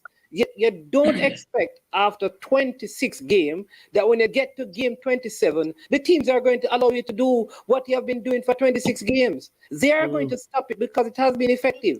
No, you have to read the game and make the necessary changes. And I think it's the same thing with Martinelli. They stand on the outside and he is dead for 30 minutes. Yeah, Bertram, do you want to go next? Yeah, so Ramsdale, I'll give a 9. I thought that saving that second goal was exceptional, even though I think the person should have scored, but I think he did a brilliant job of saving it. Tomiyasu, I gave a 5. I thought he had a rough day at the office. Not that he wasn't defending, but we needed offense today, given who we're playing against, and the offense wasn't there. It's hard to judge Saliba and Gabriel. They didn't have a ton to do except to run back when they had breakaways. So I'll give them the score you gave them. I gave Zinchenko a 7.5, even though I still think he can't defend. But he's a brilliant midfielder. He's a very technical player. Sometimes he plays with a sense of arrogance, which is not warranted, and gets himself in trouble. And he makes a lot of mistakes again. But he's very, very good on the ball. And So very I've got a comfortable on the question. ball. Mm-hmm. So I've got a question there. So do you buy into the Tierney at left back and Zinchenko with the number 8? Why hasn't that happened? I don't think Arteta, people that believe, I'm not sure he's a big fan of Tierney and his on the ball ability. When I used to talk about Tierney, you remember this, Tierney is one-dimensional. It's like I see Nelson is multidimensional. He goes down the line. He wasn't trying to, Tierney will dip right and just go down the line all the time. He doesn't take the ability to be comfortable on the ball in the midfield, go left, go right, slow the play down, speed the play up, pass the ball between the lines. That's not Tierney's game. I don't think Arteta is the biggest Tierney fan, in my view, frankly. Or else, when he benched Xhaka, why put Vieira, who's a true 10 and not an 8 in the 8 slot? Why not play, because right now, Zinchenko plays an 8. He's playing the 8 slot. Yeah. So why are you playing Zinchenko there versus playing Tierney out wide, which is a better defender than Zinchenko, and play because I think he wants to play the way he plays, frankly, with Gabriel being athletic and cover off on the outside. But I'm not sure he's the biggest Tierney fan in terms of going forward. So that's just my view. I don't know. Okay. Partey, I give even though Manning's man said he made 2 mistakes, which he did, Manning's man. And by the way, Manning's man, it wasn't holding him on that goal. Odegaard is face guarding. I have no idea where he is in the box. Just face guarding the man. Why are you face guarding? You got to see where the ball is coming over. Because sometimes you can rotate off your man to go towards the ball. He can't rotate if he's face guarding. By the time you turn around, the ball's in the net. He had to do that. But it was Partey's fault because Partey got lost on the Yeah, but Odegaard has to do that. Do you realize they changed him on the corner positions from the Tchaikovsky, I think, goal? Since that game, that's how he has been defending. And I think it's because when he's the other way, he gets overpowered by the taller defenders. He's so they not let him do defending it anybody because he still wasn't holding the man down. He's not defending anybody. In fact, I think it was the second breakaway, he was the person just flashed off. He's not good defensively. But look, it is what it is. Saka gave a 5. I didn't think it was his best day. Trossard, I gave him a 6, but he wasn't as much in the game before he got injured. I gave Martinelli a 6. I thought he worked really hard, but we know Martinelli can't see above his shoelaces. for most times.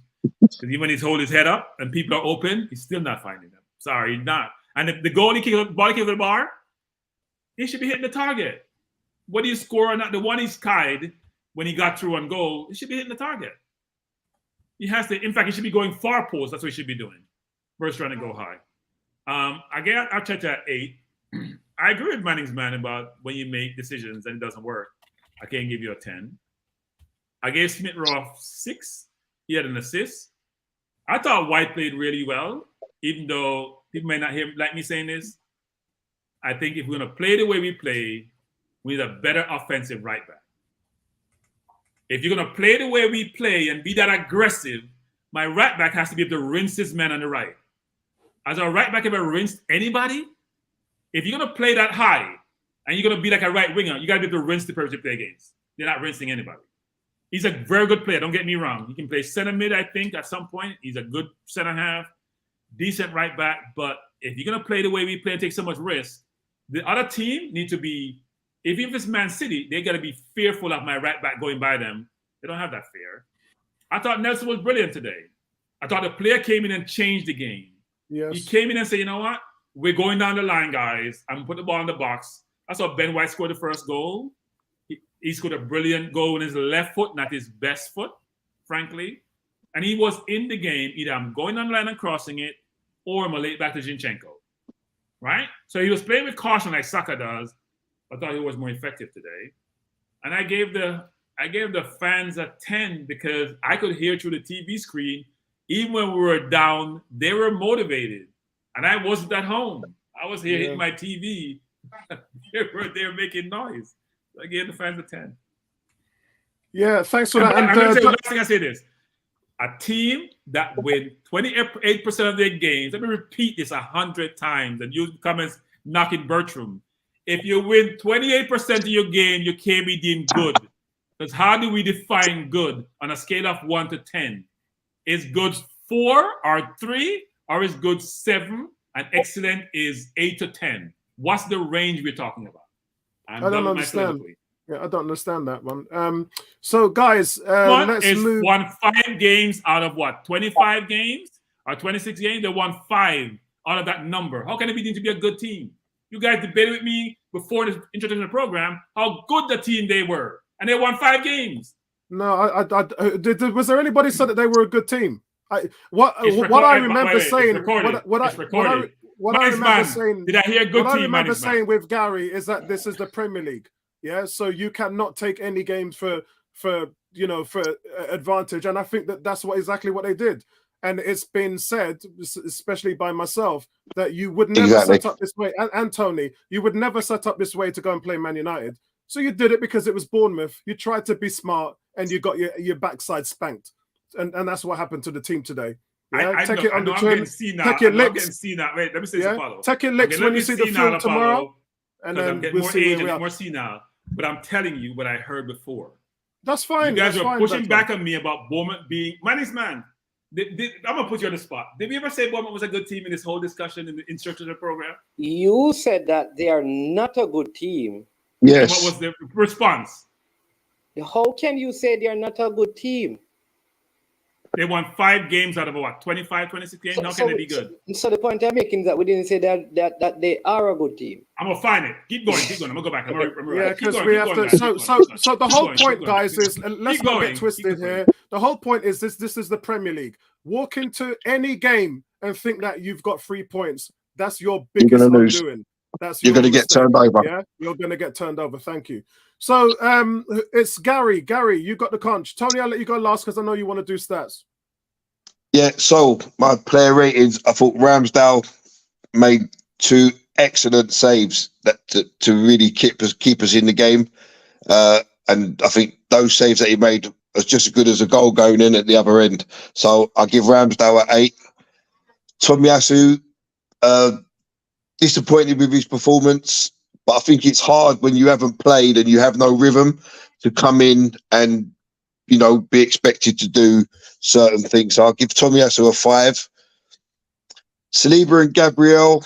Sorry, Gary, but that you can't use that excuse because Reiss came in and played well and he has not been playing. Yeah, no, this is just just my opinion, mate. You know what I mean? It's just as I see it. I think when I think it's different for a forward to a defender.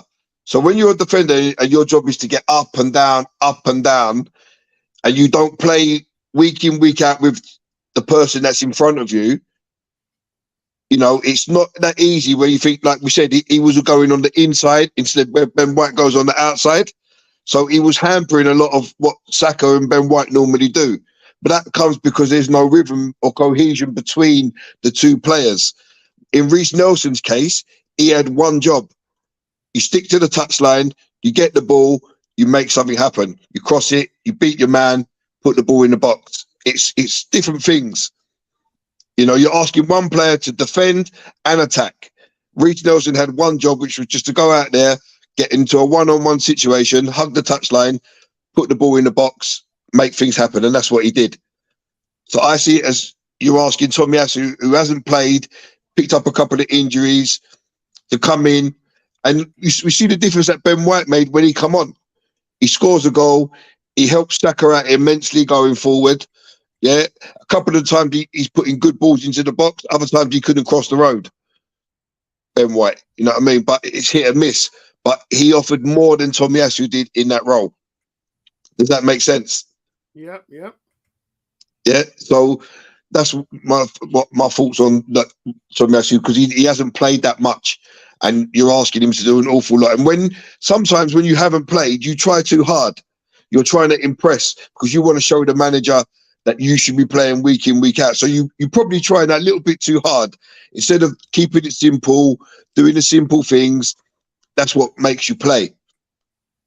So Saliba and Gabriel, I don't think they really had a lot to do because Bournemouth broke a lot, but they seem to be out of position quite a bit. So I'm going to give them both a 5. Zinchenko, I thought he had a quiet game today, Zinchenko. He was involved in everything, but he didn't really make use of the ball like he normally does. So I'm going to give Zinchenko a 6. Thomas Partey, quite simply how he does what he does on his own in that midfield is just extraordinary. You know, he gets involved in everything, forwards, backs. You know, he makes runs, and you think, like Apollo said, it's like, what the hell? Hold on, there's Thomas Partey, just pops up from nowhere, clears it up, mops it up, and Arsenal go again. So I'm going to give Partey an 8. We've got Vieira. I thought, like Bertram said, it looked from the TV point of view that Vieira had a shocking game. I thought today, when I saw him on the team sheet, I thought this was to be the ideal game for him. Bournemouth, near the bottom of the league. I thought he'd come in and I thought he would have stamped his authority on the game and find these little pockets of space and make things happen. And I don't really think he done that. You may have seen it different from inside the stadium because obviously you see everything. But I'm going to give Vieira a 7.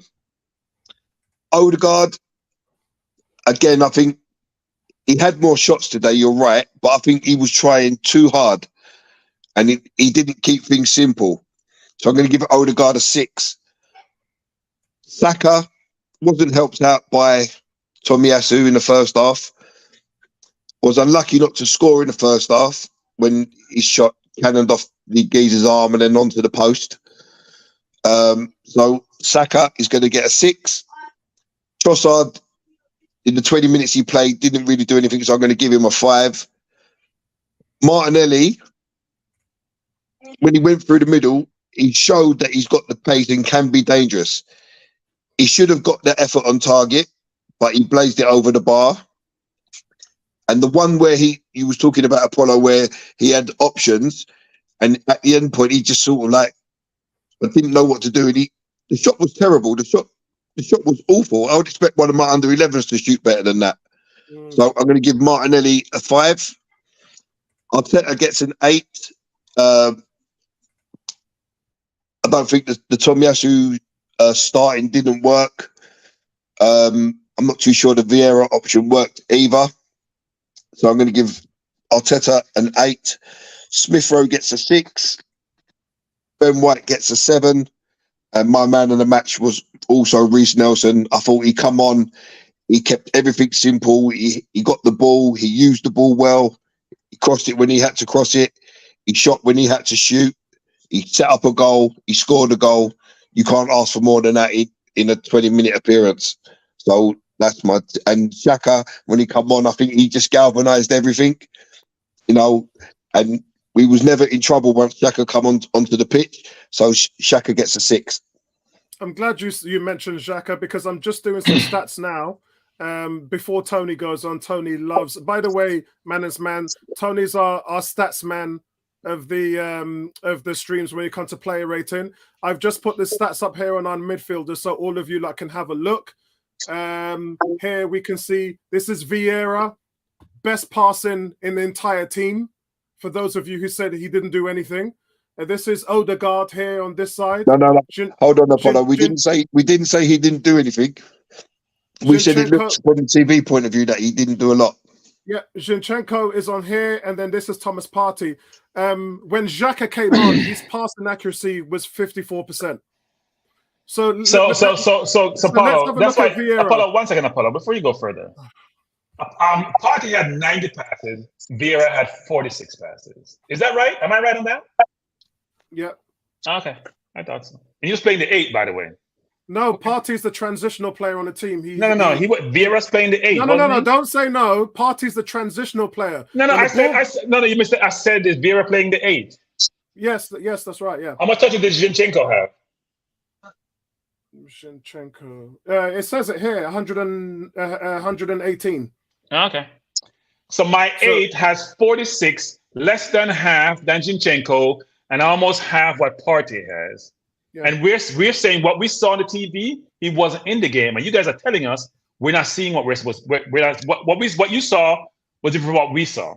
I don't know whether that's what you thought we were saying. I'm talking about the passing accuracy. He had the best passing accuracy. But he wasn't touching the ball. He was passing the ball to Zinchenko right beside him. 3 touches. He was passing the ball to Zinchenko and Nelson right beside him. Okay, so let's not get tagged away here. So Thomas Partey, 108 touches. Zinchenko, 118. Really, really good passing accuracies we're seeing here, considering the midfield from Odegaard and Partey are in the thick of the fight, in the trenches, as we would say.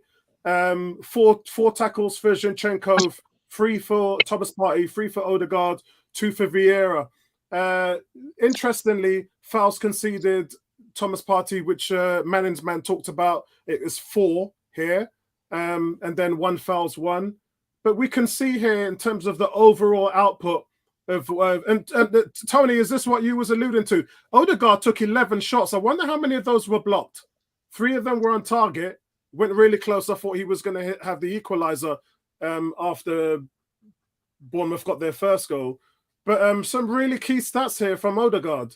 Makes you think, though, doesn't it? Tony, shall I get rid of this screen? Have you got something else? Just 1 second, Apollo. Just one second, guys. Mm-hmm. Going back to just quickly, Vieira's passes, 46, 91% accuracy. Mm-hmm. But if you're making half the passes of everyone else on the team, your accuracy is going to be higher if the passes are only shorter. No, yeah, I'm shutting that down like what Bertram said, simply because when you are in transition, your passing is easier. It's easy to complete a pass from your defense to your midfield than it is from your midfield to your strikers. Final third passes are always difficult.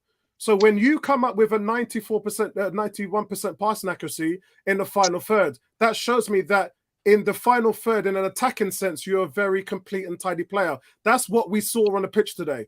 That's what we saw. We saw a player who was taking defenders out of their stride, the player who was running beyond the back line, which I said Saka should have been doing. Yeah, he was being that viable option. I really liked what I saw from Fabio Vieira today.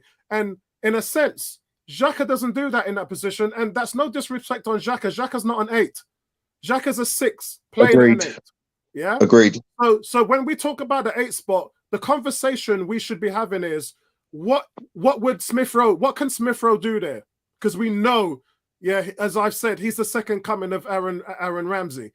I think that Smith Rowe would be brilliant. I think he'd probably be better than Fabio Vieira in 8. Why? Because we know he's a facilitator there and he scores goals. I don't look at him as a number 10. Every time I see Smith Rowe play the 10, I'm like, I'm not convinced. Smith Rowe is a brilliant footballer who doesn't have a position on the field. And that's hurtful. Tony, wasn't that what we said today? Yeah. They need to lock this down because he's played every 5 positions. Central striker, left, right, 8, 10. He's played all of them for Arsenal. But where is he going to make his staple point? If you're telling me he's going to be a utility man, I don't have a problem with that as long as you play him. But so the problem with Smith Rowe is this: he's not an 8. He and Vieira, they can't defend. He didn't get the 10 job over Odegaard. 1, because of injury. 2, because between the lines, that penetrative pass does make it as well. He's not really a winger per se, even though he's fluid and he's athletic in some respects, but he's not going to blow by people. He's not a center forward, can't play his back to goal, right? So but he's a brilliant footballer, but I don't know where he fits on a team to say, you know what, this slot is where he should fit on the team. I agree, 100%. Tony, shall I get rid of this slide? Yeah, that's right. Well, actually, those stats basically just back up everything that I had put up, so I actually don't need that. You could take it down now. Okay. But it just means I don't need to pull up all the stats that I had initially brought up. So the ones that yours don't show are this. That basically every Arsenal team player has now scored 15 different scorers for Arsenal, the most in the league. Not bad for a set of scrubs. That's not right, though, is that right? Yeah. Every starter. We sure about that? Yeah. You mean every outfield player starter? Except Ramsdale. Well, that's what I'm saying. Every outfield player starter. Well, that's kind of obvious. Come on, guys. You know what he was saying. Come on. It says that, guys. It says every starter. Oh, come on, Bertrand, man. Stop being a contrarian, man. What am to know? I can't even buy him a drink in celebration because he's in New York. And who's a starter? Who's a starter? Is Holding a starter? Somebody who started at the beginning of the game, obviously. Did Holding score this year? He's not a starter. What do you mean? You can't have 15 starters on a team. You can only have 11. Oh my God. All right, guys, come on. The stats makes no sense. It makes no sense. Sorry, it makes no sense. Let's move on, Tony. Cranky, every person who has started a game for Arsenal in the Premier League. And I said, did Holding score? I don't remember Holding score. No, Holding started the game in the Premier League. In the Premier League. Okay, in the Premier League. Okay. He's not started in the Premier League. Okay. Come on, Tony. Come on. Take back all of that. Just say I retract all of that. We have 11 starters on the field. The goalkeeper doesn't score any goal. He's not a. How does he score a goal for Liverpool? No, Bertram, come on, man. He's talking about someone. Reece Nelson started against Nottingham Forest. We're getting into silly season now. Come on, Tony. Every outfield starter has scored a goal. I'm sorry. Be technical. Bertram, shut your. Bertram just said he's sorry, so come on. I'm not saying I'm sorry because it makes no sense. I'm not part of the herd, you know. I'm on the video. I'm not part of the herd. The man is a contrarian, you know. He's just a contrarian. The man is always, most times, right. Yeah. No, sir. Because you said earlier that Southampton, that Bournemouth wasn't bottom of the league, and I proved it. I showed you. I said when we started. I'm saying it now. That's what I meant. I didn't say that. I meant when we started. Can we get your player ratings? Come on. Anyway, can you bring up the ratings then for me? Lovely. He said it after. Ramsdale gets a 9. Tomiyasu 5. Saliba, I'm giving him an 8.5. I thought he was phenomenal today. Gabriel, I'll give him a 7. Zinchenko, I'm giving an 8. I just love watching him play. Partey gets an 8.5. Vieira, I'm going to give a 6. Odegaard, I give an 8. Driving my skipper, was driving this game. He was trying so hard. Saka, I give a 7. Trossard, I'm not going to rate because I don't think he played enough to accurately give him a mark. Yeah. Martinelli, I give a 6. Smith Rowe, I'm giving a 6. White, I'm giving a 7. Nelson, I'm giving a 9. Arteta. Now, I've heard some views on this and I'm like, oh, okay, so where do I mark Arteta? I have to give him a 9. I have to give him a 9. That's You don't fair. have to. You don't have to. But No, if that's what you feel, if that's what you feel, you can give it to him. Yeah. at least a 9, yeah, because he made substitutions at halftime, which he realized Tomiyasu wasn't being effective. He brought on the more effective defender out of the two, and then in closing stages when he needed to win the game, he brought on the most effective substitute, and he changed the game. So yeah, he has to get a 9. Tony and Apollo told me how great Vieira was, and when Tony saw the stats, he gave him a 6. Yeah. Interesting. I was thinking the same thing, but I didn't want to open the can of worms again. Let me explain the Vieira 6. So, in terms of contribution with the ball, he probably gets a 5, 6. In terms of contribution in the game, he probably gets an 8 from me because I thought his movement was very good. Let me finish, buddy. Let me finish. There were at least, I would have said probably 5 or 6 occasions where he was in the perfect place to receive a through ball where he could be set free to do some serious damage. 100%. And the ball just never got played. Yeah. And I'm like, me and Apollo are sitting there, look at where he's at. Yeah. And it's like, another opportunity missed because the ball didn't get to him at the right time. So it's a bit like Martinelli. If you look at Martinelli, he's running around. But what he does when he gets the ball is disappointing. But he's making lots of runs. So you have to give him his due because he's making runs. But at the same time, when you get the ball, you haven't really been effective. Whereas Vieira is effective with the ball, but he's just not getting it enough. But what he is doing is making runs into penetrating areas and moving the defenders around. Because if I run to the left wing and the defender sees that there's a player there free, he's now going to move. That creates a space for somebody. I do want to say, Tony, and this is not going off topic, but you mentioned Martinelli there. His display today makes me realize how much we miss Eddie and Jesus' hold-up play. Because both of those players hold the play up really well and they're able to balance the attack and bring others into play. And that's where Martinelli is falling short at the moment. He's scoring goals. I think Martinelli's finishing has been exceptional over the last few weeks. His finishing has been really, really good. Like pinpoint into the corner good. But it's just his overall play which he is struggling. In the last game against Everton, he was unplayable. But more often than not, he's been disappointing as a link player.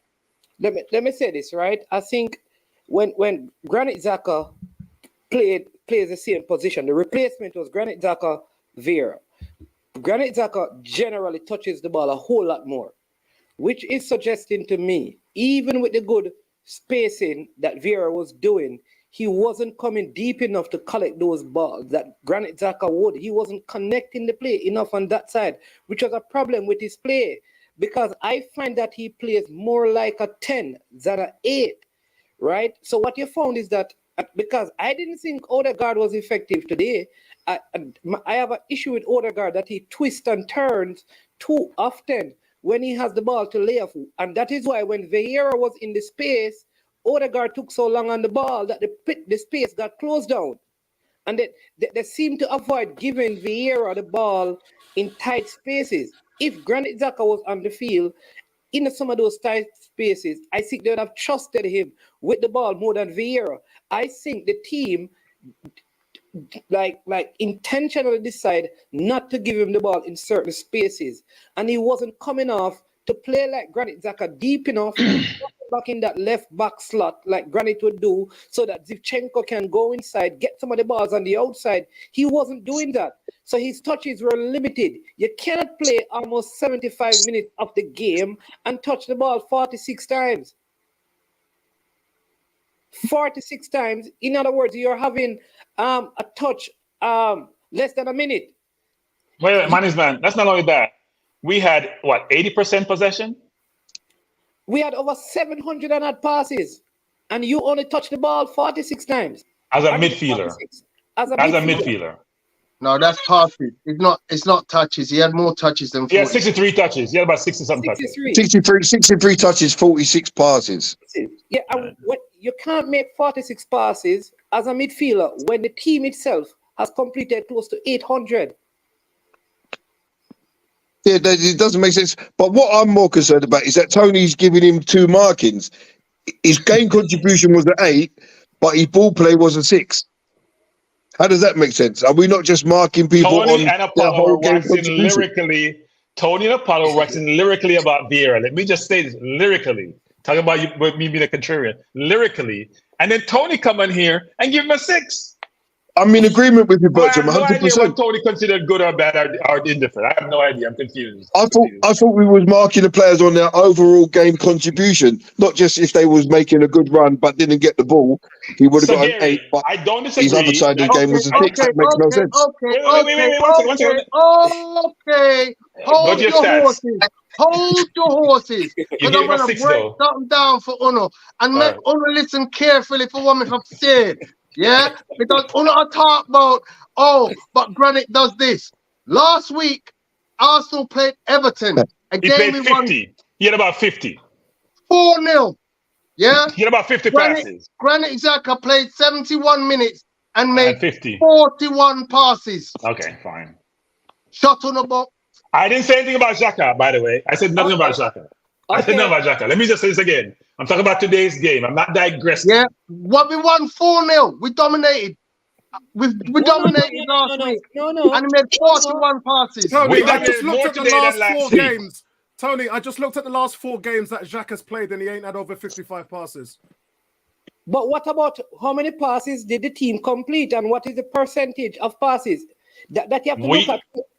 This is the most possession we have had in a game this season. And the most passes the most we have had this season. You have to look at that. But look, that's not the point. Here's what I saw. Because look, when you're at the game, you can see how difficult the game may be.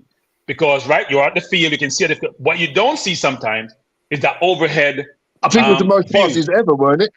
Yeah, you don't have that view, that overhead view where you're viewing everything in a certain way, right? Because the camera is coming closer. If you're in the stadium someplace, you can only see what's really close to you. When it's farther across the field, it's easy to see.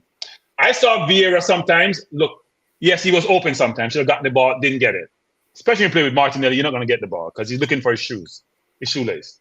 But there were times when he looked lost to me. He looked out of place. He didn't know where to go left or go right. When Nelson came in the game, it sort of changed somewhat because Nelson's only trying to go one place. So if he gets the ball and you find Nelson wide, Nelson's going to go down the line or come back into him. Right? Minesman is right. When Odegaard was playing, I was so... My nephew heard me in the room. He's like, Uncle, what's wrong with you? I was like, why are you spinning around like you're a gig? Why don't you just lay the ball off? Do something with the ball. Why are you spinning around like this for the entire game? That's all you're doing. Turn, spin, turn. Not going anywhere. Like, it was frustrating watching that. You got in the stadium, you didn't see Vieira, Odegaard being a gig? It was funny watching him. He's a gig most of the game, and it was frustrating watching him. And that's why we struggle sometimes. Take the ball and be decisive. Make the defense have to reposition themselves. Yeah, sometimes you just overkill, isn't it? Yeah, he touch and he comes back. He goes forward, he comes back. He goes beside Saka and they do a little 1-2 and they stay there in the game and you just sit and the defense reset, sit and say, okay, come at me so I can know what you're going to be doing. What Nelson does is force the defense to make a decision. We weren't forcing the defense. Nelson forced you to make a decision. We weren't doing that. And Nelson didn't play for 25. In fact, Nelson made them look bad. That's how I view it. He made the other offensive players look bad, give the time he had on the field and what he did and what he accomplished. So my hope is that today we learn our lesson from today because we're going to play more bottom place team. We have to play what? Fulham, Crystal Palace, maybe not as bad as Bournemouth, but Bournemouth is a good team, so maybe they're more excellent. But Crystal Palace, we're going to play quite a few more team leads before we get to the Man Cities and the Newcastle of the world. So my hope is that we'll think through how we can break down teams when they play more low block because we struggled today, I thought. Rich Poe's trying to break up the banter by saying how important is it to manage your hair? But that's not the question that I wanted to come on to. It was the one with Arteta, and here it is. He says, "How does the panel feel truly about Mikel Arteta? Who's eating humble pie? So proud of him." Well, I can tell you, I'm probably the only person that isn't eating humble pie because I've been Arteta in from day one. He's always shown me what his philosophies are. The fact that he was trying to do it with a bunch of deadbeat players was impressive to say the least, and he got a trophy out of them. But this is his team. Manning's man just talked about that. This is his team. This is what he's showing you he can do with the players that he wants. So I've always been Arteta in. Tony has sort of been. No, I'm happy to eat humble pie. Because I'm pretty much like what I've said about Reiss Nelson. I don't like to judge people early. Yeah. I've always said, let me see the whole season. Yeah? Last season to me was a disappointment for Mikel Arteta. I'll be honest with you. A question, Tony, what I didn't do was I didn't at any point say it's Arteta out. Okay, right. So that's what I was going to ask you. Yeah, because I know there was one time Bertrand said to me, he's got to go. Yeah, no, but this year, the geezer, he deserves a pay rise. He deserves a huge pay rise. Gary? I think he was got to go when we finished 8. Look, you got to think about this way, which is anyone can now say they were Arteta in because he's doing really well. I couldn't see the strategy. I saw the deadwood, and I was the one hitting on some of the deadwood like lazy. Yeah. I was a hit on a lot of those deadwoods that some people were saying are good players. And I was like, they're too lazy, can't be part of my team. When he finished 8, you can't be Arsenal and you finished 8. It doesn't work. Emery didn't get the time Arteta got. Yeah. Emery didn't get that time. Maybe because his English wasn't as well defined and perfect like Arteta. Emery didn't get a fair chance. Well, he didn't get a fair chance because he lost the fans. The stadium was half empty. And as a business, you can't have that. Yeah, Arteta was lucky to have COVID. So there was nobody in the stands. Yeah. But when you finish 8 and then you come back the next season, we didn't blast him last season. We were almost there for top 4. We fizzled out at the end. But the fact of the matter is nobody was happy with Arteta per se. You weren't happy with him. You may understand the strategy and the process, but you weren't happy. And I thought he was partial, by the way. I thought, look, you hear me talk about Aubameyang on this thing week after week. I wasn't an Aubameyang fan. But I thought he was partial. When Pepe was at Leeds and he bucked the player and he got sent off the field and he lambasted Pepe. When Xhaka did the same thing a week or 2 later, he said nothing. To me, that was partial. I agree. I didn't support that. Yeah, me too. Gary, was you Arteta out at any one point? Not too sure. I was Arteta out. I think he needed to get his players in, and we can see what's happening now. That's actually happened. I think he did go through that patch where it was looking like he was short of ideas, and then obviously he got let down last season by not bringing anyone in January. But it's always been clear what he's trying to do. He nicked the FA Cup, didn't he, with players that he didn't really weren't suited to his system that he wanted to play. But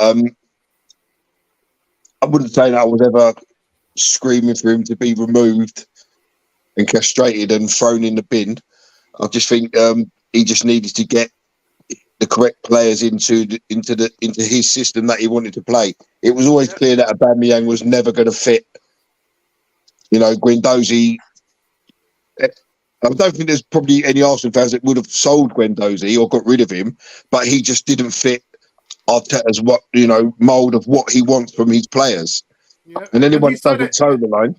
And he said it clearly, didn't he? He said, all I'm asking for are these things. And if you can't do that, then... Exactly. Yeah. And that's... I have never said Kroenke out.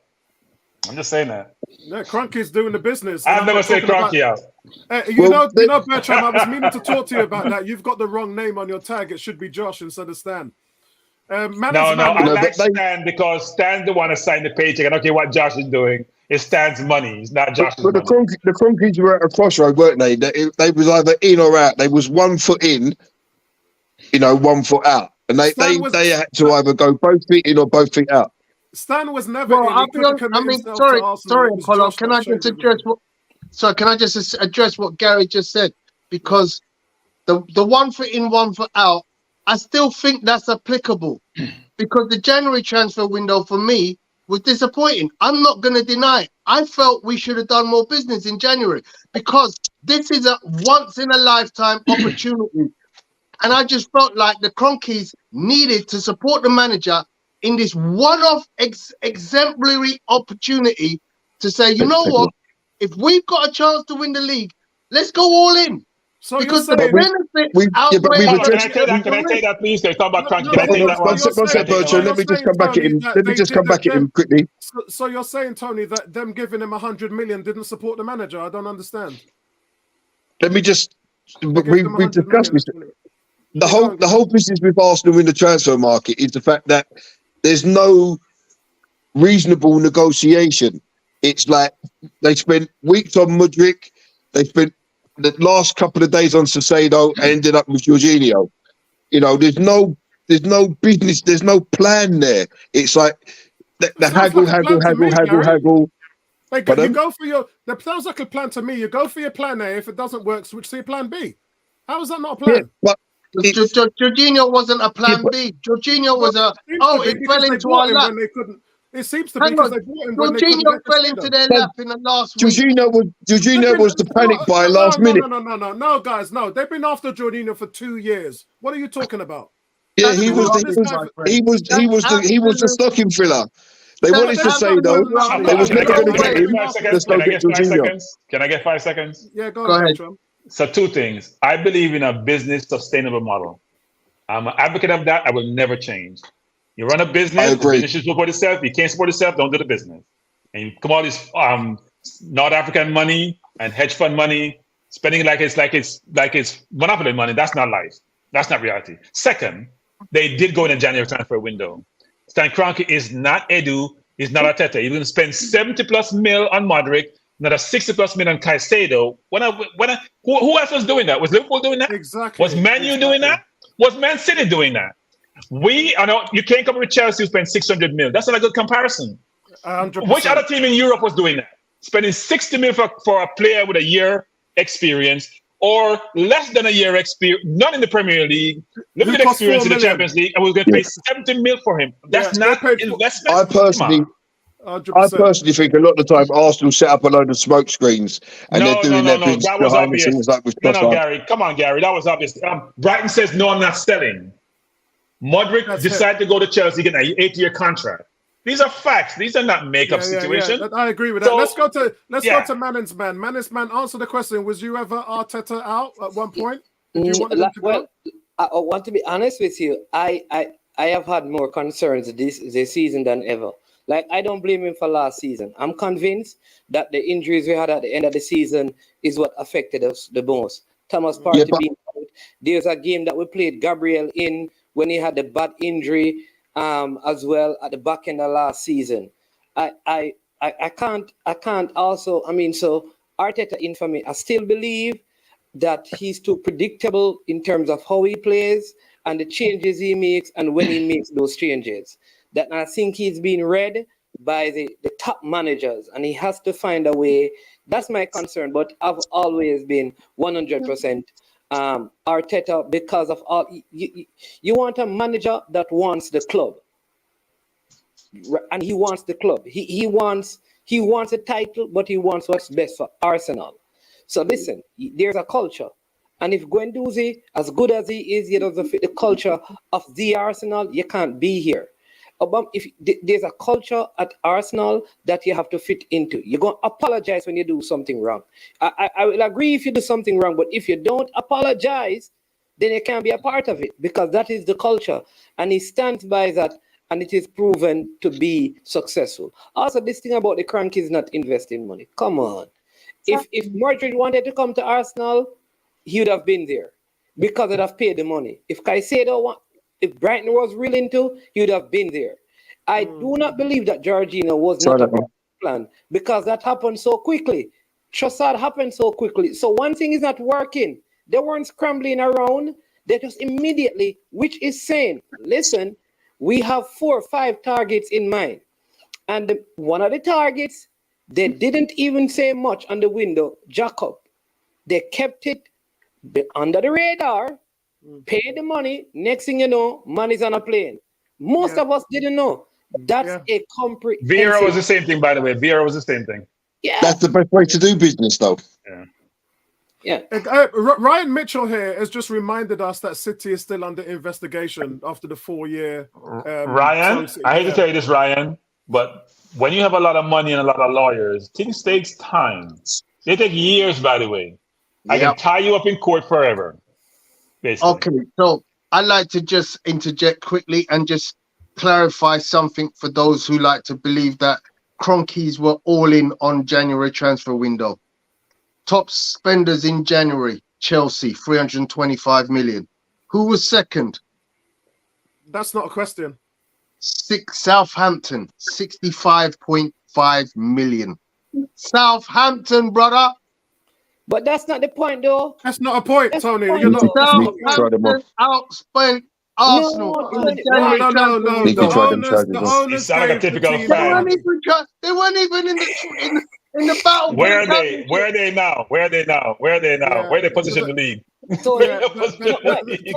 whole point is, Manners man, before I come to you, Manners man, is, you know what I like about that? When they didn't see that plan A was working, they went to plan B.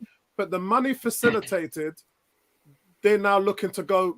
They've actually had 2 meetings with Declan Rice's agent in the last 10 days. So, you know, it's using that money wisely and effectively. Declan Rice wouldn't be my first choice. I think Bertram's with me on that one. I'm not sure what you lot feel about it. I think Gary's a Declan Rice fan. And look, the stats backs up that this guy is dominant in the league. So if they see something in him that I can't, then all fair to the power. I'm going to use Tony's comments. Levels, man. If I can't get the levels I want, I don't want it. If I can't get the levels I want, I don't want it. That's my thing. Where you want to know what it is? Levels. Levels mean I want world-class or close to world-class players going forward. I don't want to make up numbers. Now, I hope Jacob is at that level. I haven't seen him play enough to make a judgment. But whoever we're buying, they should have either world-class potential or a world-class level. That's the way I view it. Manners man. Yes. So let me just say a couple of things. One. Here's a question. I've got a question. Hold on, Gary. Manners man. One to Frankie and then one to Tony. Tony, Southampton, whatever target they got, that's fine. Arsenal would have spent double Southampton if the 8 targets that they themselves and their agents have come out, their clubs have come out and said the reason why they are not at Arsenal is because Chelsea offered more money and Brighton said they were not going to sell the player. Any one of those players that came in would have been more than all the Southampton transfers combined. So that is not an indication of the Crankies not spending and not supporting the manager. And I asked, wait, hold up. I asked Tony this question. Where is Chelsea and where is Southampton? Keep going, Mannings, man. All right. So, Cranky, now when you talk about world-class and stuff, right? When we're after Madrid, do you think he has potential to be world-class? Based on his performance in the Champions League, they thought so. And it looked that way on YouTube. I don't know. I don't see him enough management. It looked that way on YouTube. I thought he could run through a brick wall. It looked like on you. Management. That's my only way of knowing the player. I don't know the player. Wait, here's the question I'm asking you. When you were bidding all of those money for him, did you think it was a world-class talent to come into Arsenal? I thought 2 things based on his game against Leipzig, based against Real Madrid when he scored, and his YouTube videos. That looked like he had world-class potential, and I trust Edu and Arteta. Okay, all right. So what evidence to give me that? I thought he had world-class potential, yes. All right, there you go. So, based on what you saw in the World Cup of Declan Rice, you don't think he has world-class potential? I've seen enough of Declan Rice to say he's not getting any faster, he's not getting any more athletic, he's not going to be able to beat. I've seen him, I'm giving you I can't give you a one-word answer. You're not answering that. I don't think he's what we need. No, I'm not actually sure that I like Declan Rice, but I'm not actually sure that he fits Arsenal and the way that we want to play. I agree with Bob. I don't see him as world class. I don't see him as world class. The point I'm making though is that we have seen Caicedo for one season and believe that he's world class. World class potential management. Yeah, not even one season, 26 games. Right. Potential management. Potential. Declan Rice has better stats in more seasons than Caicedo, but still yet we don't believe he has the potential.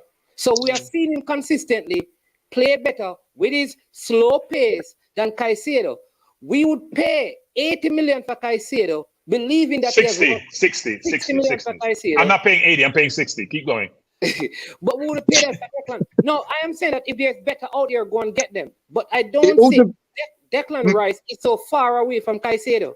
I don't think that gap is so big. I wasn't comparing Caicedo. I said Declan Rice is not my cup of tea. I'm going to admit that. I mean, can we prove him wrong? I watch him play. He's a good player.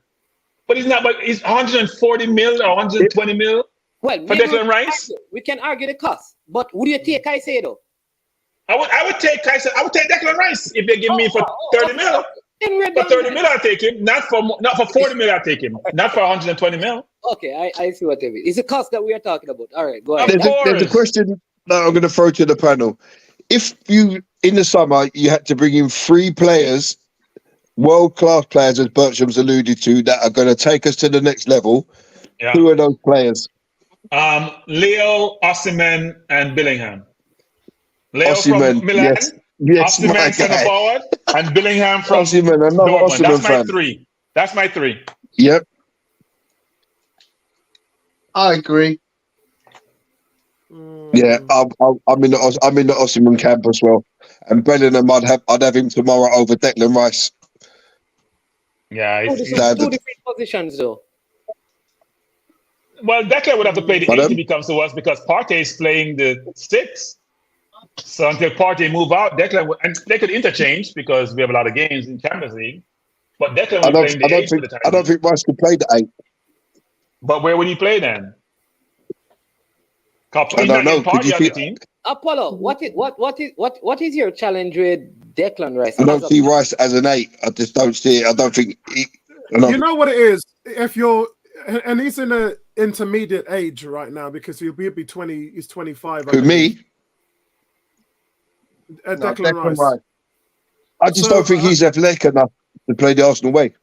No, I mean the truth is Bellingham's not going to come to Arsenal because of his Liverpool connections and his dad and all of that stuff. But I would make a phone call and find out what's going on with that situation because we've seen with what Chelsea's done that any team can jump out another team if you offer the player more wages and if you satisfy a team's transfer. It is all about money, guys. It don't matter.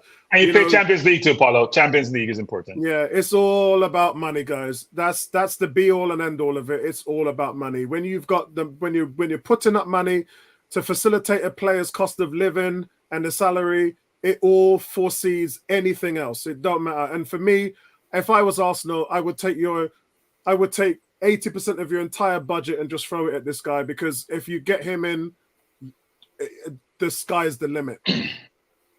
I've seen everything from Bellingham that I want to see in a central midfielder. Everything.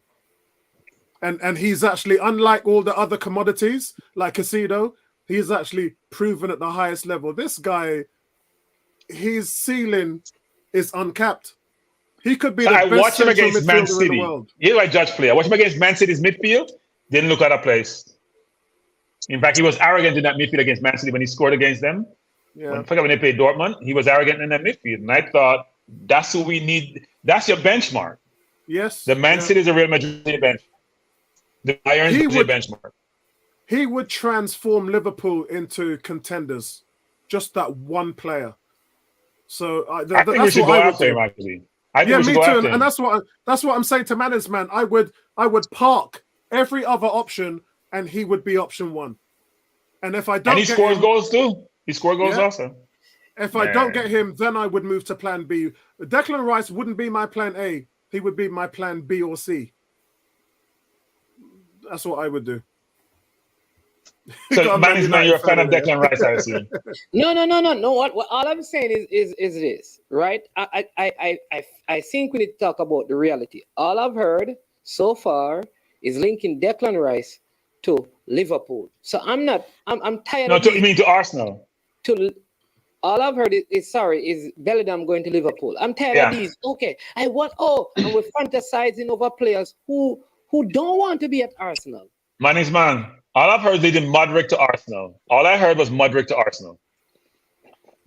All I heard was Modric to Arsenal ended by Chelsea. This is different now, Cranky. I'll tell you why. Because Modric is from Ukraine. Yeah. Bellingham is from the United Kingdom. He's from England. It's a huge difference. Here's the thing I say. We're not sure Liverpool are going to make Champions League. We're not sure Liverpool can afford him. They may be saving up for him. They could be saving up for him. But if they're not in Champions League, I don't think he's going there. That's a good point. Couldn't he go to City? No. But why would he want to go to City? They already stacked. Look at the kid. They bought Calvin Phillips from Leeds. I ain't even seen him play. Let me say this.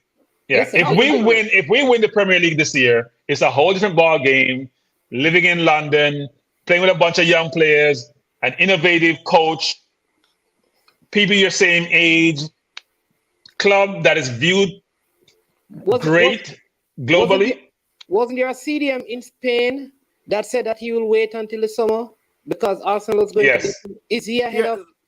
So hold on, guys. I just want to talk about Calvin Phillips was one of the stars of Euros when England had 7 clean sheets, which is a Euro record. Yeah. When they got to the final, Calvin Phillips, in my opinion, was better than Declan Rice in that tournament.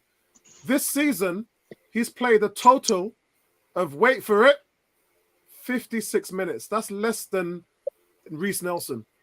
Well, he's been injured, right? He's been injured. But at the same time, that midfield with Silva was on the bench today. Tells you everything. Jason's saying you're all forgetting Madrid are in for Jude as well. That's true. Yeah, but his agent did say he wanted to come and play in the Premier League, so I don't know how that's going to work out in the Liga. La Liga, they got no money. They got no money. How are they going to spend 100 million on this guy? They got no money. They find a way, though, don't they? Madrid and Barcelona always find a way. Got no money, 300 million in debt. They find a way. They don't care. They ain't doing it at the moment, bro. They ain't doing it at the moment.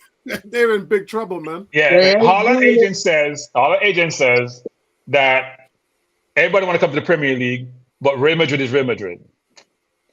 Even if it's a 1 or 2 team league. People want to live in Spain, play for that club, which always win the Champions League. It's not about the league sometimes, it's about the team. But I'll say guys. So sorry, now go on. I was going to go to final comments, so you'll be able to say what you need to there. So, guys, I'm going to go to closing comments now. It's approaching 11:30. It's just been a fantastic, brilliant day. I absolutely am having the season of my life. 16 years. I was there when the Emirates opened as a season ticket holder, and it's been 16 years, and I've never experienced a season like this. I'm loving it. The fans, one of you mentioned, I think it's Bertram, one of you mentioned that the fans get a 10 out of 10. This team, when a player gets a red card, when a player makes a mistake, if a player scores an own goal, if a player's at fault for something, the fans cheer their name, they support them. It's constant support that I've never seen before. I go to other stadiums like Liverpool and the Kop. I've been to Milwaukee, Green Bay Packers. I've listened to those fans, which I regard as some of the best in the league in their respective sports. And then I see what I see in the Emirates. And I just don't know if there's any fan support in the stadium. We've gone from one of the worst supported teams in the stadiums to one of the best overnight. So are we saying we are fair weather fans? Are we saying we're fair weather fans? So when we're winning, everybody's on board, and when we're not doing as well, fans are not. Look, I've never been shy. Yeah, I've never been shy with that, Bertram. You've been listening to me for 3 years. If you ever want to know about fair weather fans, just listen to AFTV. Yeah, Bertram, you know me. I've said let's not listen to AFTV, shall we? Fans. Yeah, we are the most privileged fans in the Premier League. Because we feel like we deserve. We're like, what's that? What the lady in New York who tried to get the black man arrested? Amy Cooper. We're like Amy Cooper in the Premier League. Yeah, we're privileged fans. But this season, I've really seen a different side. It's not, and you know what? When you talk about a fan base, it's not 1 or 2 people you're talking about. You're talking about an entire franchise. And I'm just so proud to be a part of this. I really am. I just want to say that that you guys, I'm humble. I love this team, and I'm having the time of my life right now. Tony, closing comments? Enjoy it, boys. You know, Bertram tried to steal my thunder this evening, and you know, bring dark clouds to the bright sunny. You know, way that I feel about my team right now, but I'm not having it, bro. This team is making me happy. I'm in a great place. Leave me alone. Bertram, I can't even go over. I can't have Tony. I can't have Tony because I have high standards. But I'll say this. I didn't enjoy the game today because I don't like to be stressed. Don't rain on my parade, man. Don't rain on Tony's parade. I'm going to say this though. Tony did a better job of helping us recruit players for my national team. And repeat, Tony and Apollo need to do a better job of figuring out how we can engage some people that have lineage and nationality with Jamaica, so I can improve my team, so I can have my team get to the World Cup, because that's not working for me. And Tony here blasting me about not making him happy. He's not making me happy because I don't see those players coming in. But I'm not sad we won. That's not the point. I just have very high standards. I'm not a fair weather fan, by the way. And my hope is that when we get the team at the bottom, we crush them instead of making me get anxious. Step on them like bugs and crush them and move forward. I should be anxious against Man City, not Bournemouth. I'll be anxious this month because in April, I'm playing Newcastle, I'm playing Liverpool, I'm going to play Man City. That's where I should be anxious, not Bournemouth. But anyway, it's been a good day. Because my Knicks won last night on the last second shot, frankly. Yeah, great game. And we're 8 in a row. And my Arsenal won on top of the league, so I have nothing to complain about. Excellent. Yeah, that Bronson is big time for you, man. Man. Closing comments, mate. Yeah, like I second Cranky and the recruiting and stuff because I don't know. We need some of these guys to come out here and play for Jamaica, man. They all can't play for England. Exactly. So we need them to come out. So Apollo, Tony, we want to have you and an assignment. Maybe Gary can chime in and give a little help. We're asking for the what left. You ever heard that term before? We're asking for the what left. Whatever is left over, send them our way. We'll use them. Gary, sorry, go on, man. Yeah, but on Arsenal, listen, I am at this point where I'm at. I just want to win. I don't need to crush anybody. I don't need to outplay anybody. I don't need to be played with class and style. At this point, I just want the title. If I get it ugly, I'm okay. Next year we can work out the playing well and crushing people. For right now, where am I at? I want us to win the game. It doesn't matter how, because that is what is important. And so it's a good day, and I'm hoping that Liverpool can help me make the entire weekend better by stopping those little fellas down the road. On the road. Hey, Gary, you notice one thing, Gary, that when you win like this, all of your rival fans who are friends never call you on a Monday morning. Have you noticed that? Oh, listen, my Facebook was full of cherry pictures. I swear to God, my Facebook was full of cherry pictures. Up the cherries and all this. Yeah, that didn't last. That didn't last long. Now they're all quiet. Now they're all gone back. They gone back, called under their rocks. Damn spuds, man. Closing comments, Gary. Yeah. Again, like Bertram, didn't enjoy today, but the most important thing was that we got the 3 points. We got the W. Let's keep going to the end of the season. Keep game by game. Let's go out there. Let's do our thing, and hopefully we can clinch this title. Simple as that. Simple as that. Guys, so that's it from us today. Arsenal maintain their 5-point gap in the Premier League, and man, they're making it so tasty for us. It's gonna take some beating now. It may come down to what happens at the Etihad, But if Arsenal keep on winning, they got tough games at Anfield and they've got to go to Newcastle as well. But a lot is going to change because Man City, are they going to drop points? That's the thing that's going to change everything. I thought they were lucky today. Great solo goal by Foden. But I don't think that Man City are a great team. And I think they're going to continue to drop points. So I'm just waiting for the penny to drop because that's what's been happening all season long. So that's it from us. Not forgetting the further they go into the Champions League as well. One thing, Apollo, I am very happy that Nelson got his flowers today. I'm so happy, man. I'm glad. You guys know I'm really passionate about him. He's such a humble guy. You know, when we talked to him, he was just so humble in his interview today. And I just want the best for him. Look, he's a young, black, British football player. And that is what I champion. Yeah, I want him to do so well because the opportunities are slim, and I want him to succeed. I absolutely love where he is now, and I would like to see him be successful at the club. All right, guys, that's it from us at 101. Thanks for joining us. Have a great weekend, and I'll see you guys later on, man. Peace out, everybody.